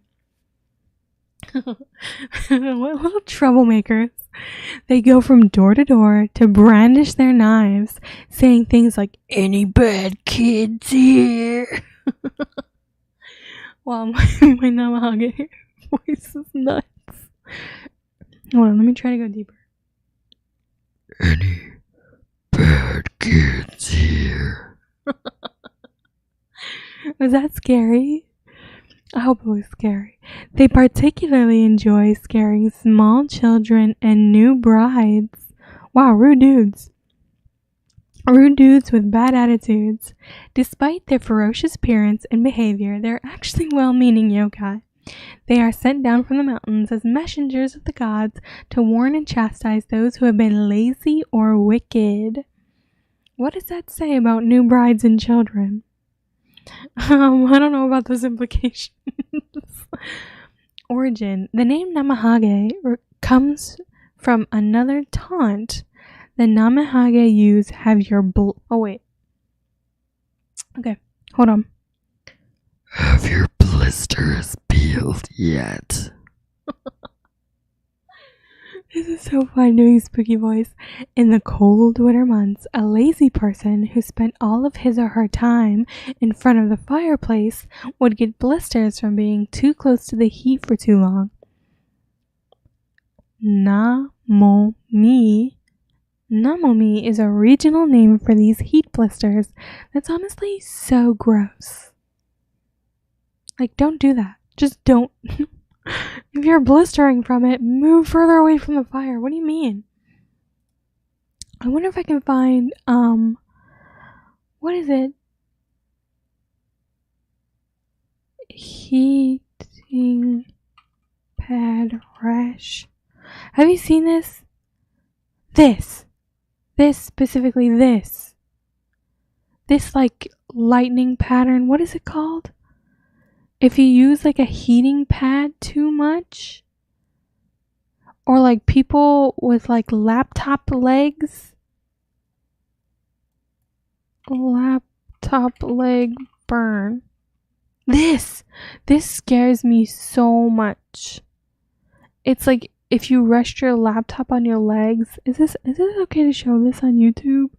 You'll get these like crazy like burn patterns on your legs because the laptop overheats.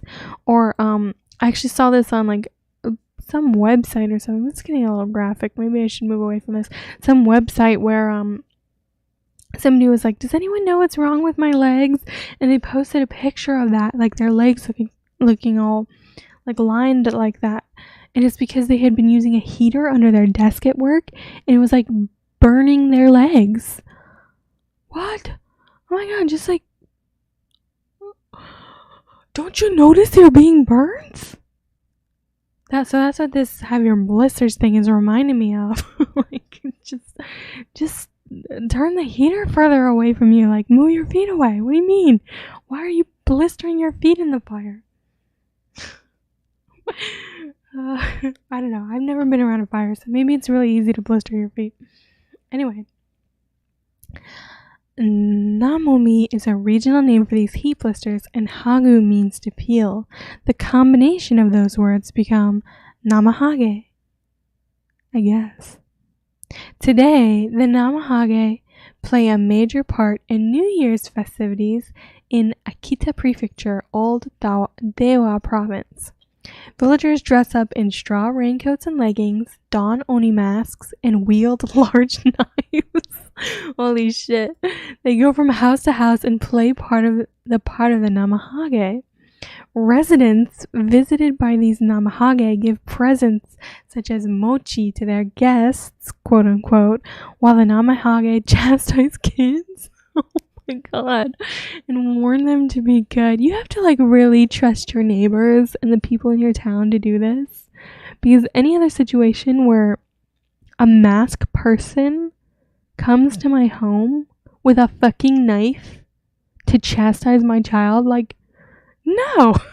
Like, in no other situation would this be allowed. Newlywed couples are also harassed by these Namahage. Oh my god, no one can catch a break. They are expected to give an account of all the evil deeds they did during their first year together. No fucking way, dog. No way. Like, if this happened to me in the town I lived in and I got married, like, we're taking a like anniversary honeymoon weekend that weekend. We are not in town for this. I'm not telling anyone the accounts of my evil deeds. No way. As well as serve sake and food to the Namahage before sending them off. Must be fun to be the Namahage though. And you get lots of like creepy little secrets. While the name Namahage is unique to Akita Prefecture, very similar yokai are known by many different local names.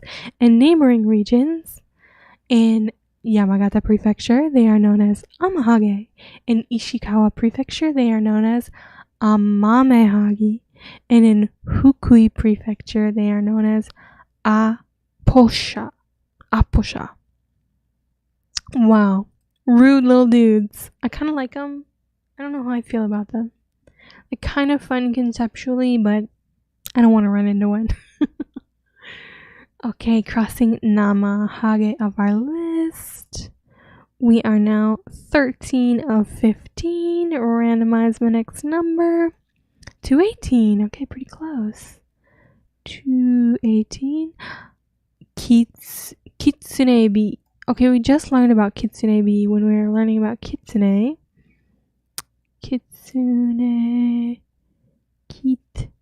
Kitsunebi. What was it again? Foxfire, of course. Yes, okay. Kitsunebi, or foxfire,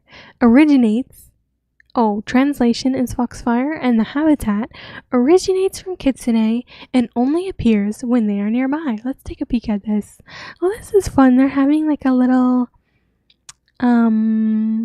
jaunt, a little party, a little get together on the tree, and they've got their little lights all set up, like party lights. Cute.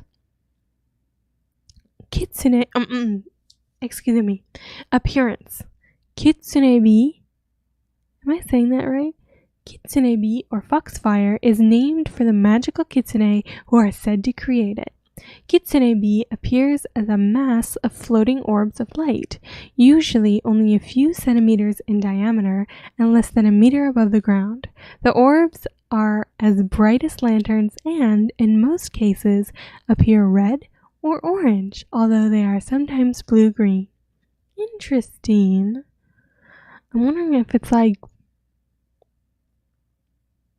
my first thought was honestly how UFOs are said to be like just lights in the sky, but this appears to be, I think this is more like close up than far away. Behavior. Kitsune appear only at night.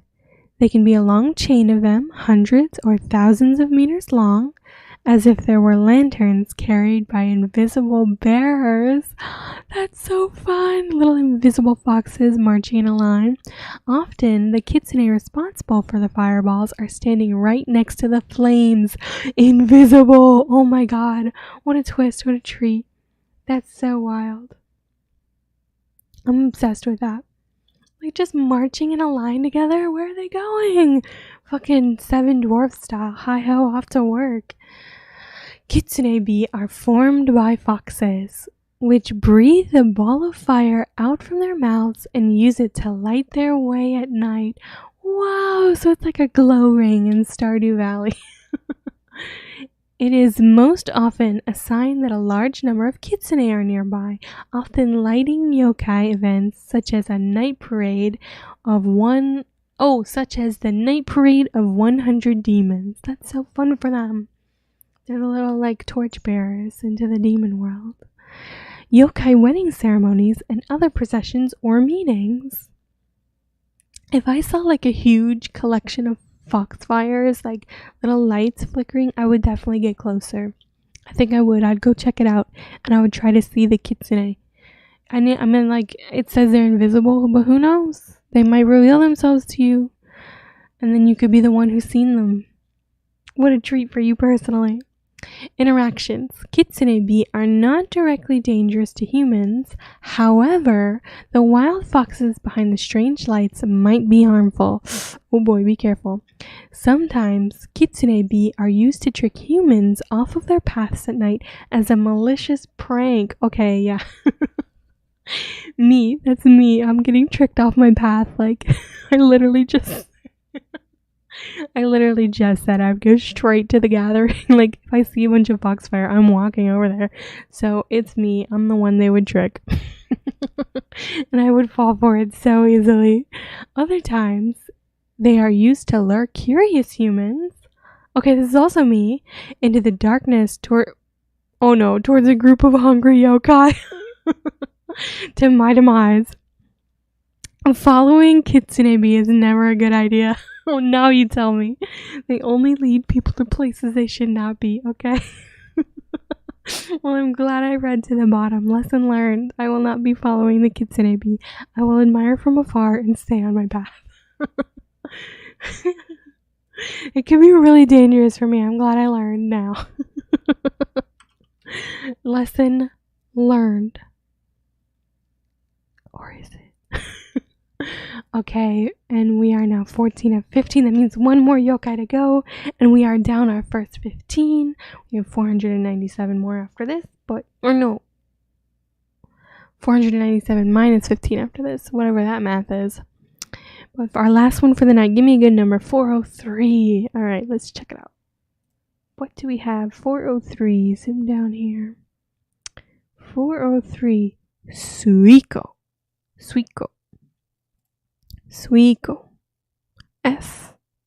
S-U. Oh, wait, do I need to zoom over again? S-U-I-K-O. Suiko. Ooh. Nasty. I don't like it. At first, I thought it was kind of like a monkey. But now that I'm looking, I don't know what this is. Gross. A water tiger. Oh, okay. Sui meaning water. Ko meaning like a kid or child. Alternative. Okay, translation. Water tiger. Alternative names. Sometimes mistakenly referred to as a kappa. Habitat. Rivers, lakes, ponds, and waterways found throughout Japan. Diet. Omnivorous. Prefers human blood and souls. Oh boy, watch your soul, kid. Oh, this is a nice long one to end on. Cool. Appearance. Suiko are found in both China and Japan and are often confused with kappa. Is it kappa or kappa? I'm gonna say kappa. Kappa. Which they closely resemble. However, Suiko are far more dangerous, violent, and hot-tempered than their kappa cousins. Suiko have the body of a small child and are covered in extremely tough scales like a pangolin's. They have sharp hook-like growths on their kneecaps, which resemble a tiger's claw. I'm grossed out by this thing. I don't like it. They live near riverbanks and in large bodies of water. If I saw this thing in real life, I'd fucking punt it. Just kick it. Like hell, if it came at me, I'm just kicking. I gotta get rid of it. Behavior. Suiko rank above Kappa in their hierarchy of water goblins. Oh my god, it's a goblin. Conceptually, like, of course, it is a goblin. Like, looking at it, if I had to describe this one word, fucking goblin. Yeah. Water goblins. I didn't realize we were dealing with goblins here, but yes, this is a fucking goblin. And they rank above Kappa in the hierarchy of water goblins, and as such are sometimes placed in charge of them, with one Suiko placed in charge of 48 Kappa. They are sometimes called the Oyaban or Yakuza boss of Kappa. In turn, Suiko report to the Ryu. The hyphen in there, I don't know how to pronounce it. Ryu, the Dragon King, who lives in his palace, Ryugu, at the bottom of the sea. Damn. So there's a whole like sea hierarchy. We were just talking earlier about the Kitsune hierarchy. Yes, because Chico was on the hierarchy list. A lot of hierarchy among demons, and that's true for like Western Bible. What am I thinking? I don't think they talk about the hierarchy of demons in the Bible. Maybe in the like satanic Bible, but there's like a hierarchy of demons there too. The reason Suiko kill humans is to look tougher among the other Suiko and increase their standing with the Dragon King. Wow, so it's not even like for fun. They're not trying to like eat the flesh because they're hungry, like the Cannibal Baba we learned about earlier. And it's not even for like revenge, like the softshell turtle demon. They're literally just like, I want to look tough. I'm gonna kill a man. Like, chill. Likewise, when Kappa attack humans, it is to make them look tougher and increase their standing with their Suiko boss. Get a hobby. Like, do something else with your life. This is all you have to do is find out ways to look tough and cool. Get better friends who will like you for you and not how many people you kill. That's my suggestion to all Suiko and Kappa out there. I'm sure they're listening. Interaction. Suiko, who live in inhabited areas, like to sneak out of the water at night and play pranks on humans. I think this was beyond humans. Knocking on doors and running away. They're ding-dong ditching. These guys really are like get a fucking hobby, or possessing people and making them do strange things. Like Kappa and other water spirits, Suiko enjoy using their superior strength to pull humans into water and drown them. Shit. My god. Although unlike Kappa, they have no concern for the Shirikodama. What the hell is that? We gotta look it up, of course. Oh, I forgot I looked up Black Top Labor. Gross. Shirikodama? What?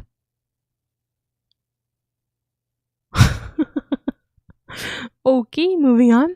Instead, Suiko drain their victims of blood like vampires, then eat their souls and return the dead, drained body to the surface? Yikes. I mean, I guess vampires are cool, but I don't want my vampires to look like this. I want my vampires to be like pretty Twilight True Blood vampires. It is possible to keep Suiko at bay by leaning a sickle against the side of a house and sprinkling flax seeds or black-eyed peas on the ground outside. Okay, hot tip. Suiko are afraid of these. Why?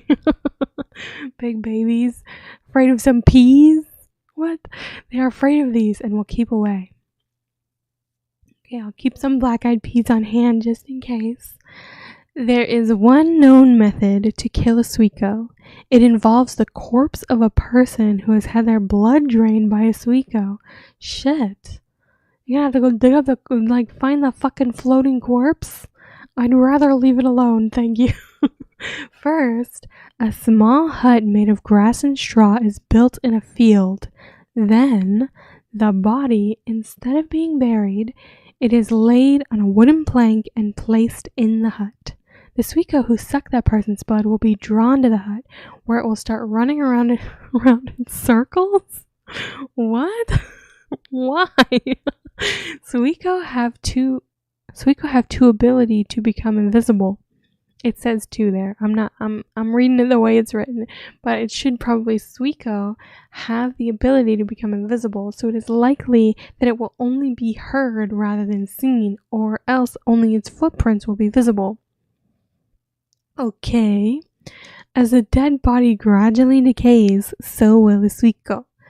By the time the body has rotted completely, the suiko will have died. So it just runs in circles until it dies? Its magic will have ceased and the decayed corpse of the suiko will be visible on the ground of the body? Whew. It's like two just fucking gross dead bodies next to each other. Not what I want to find in my field. But I guess if you gotta get rid of a suiko, that's how you do it. Hot tub. Okay, well that is it. 15 of 15. Very cool. I had a lot of fun on yokai.com tonight. I learned a lot.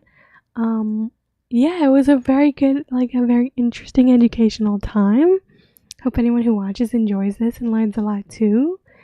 And I hope they enjoyed my interjections and thoughts and comments. It really helps me process a story and remember what I'm hearing. If I can translate it to things I've seen before, things I've heard about before, or interpret it and repeat things in different terms or ways of seeing it and relate it to stories of my life. So hopefully it will help you too to remember some of the interesting demons, because we've got 497 on this list. I'm so excited to read about all of them, and I had a lot of fun. So I'm gonna go ahead and call it a night tonight. Please like and subscribe if you like my live, and remember to always shoot for the moon. Bye.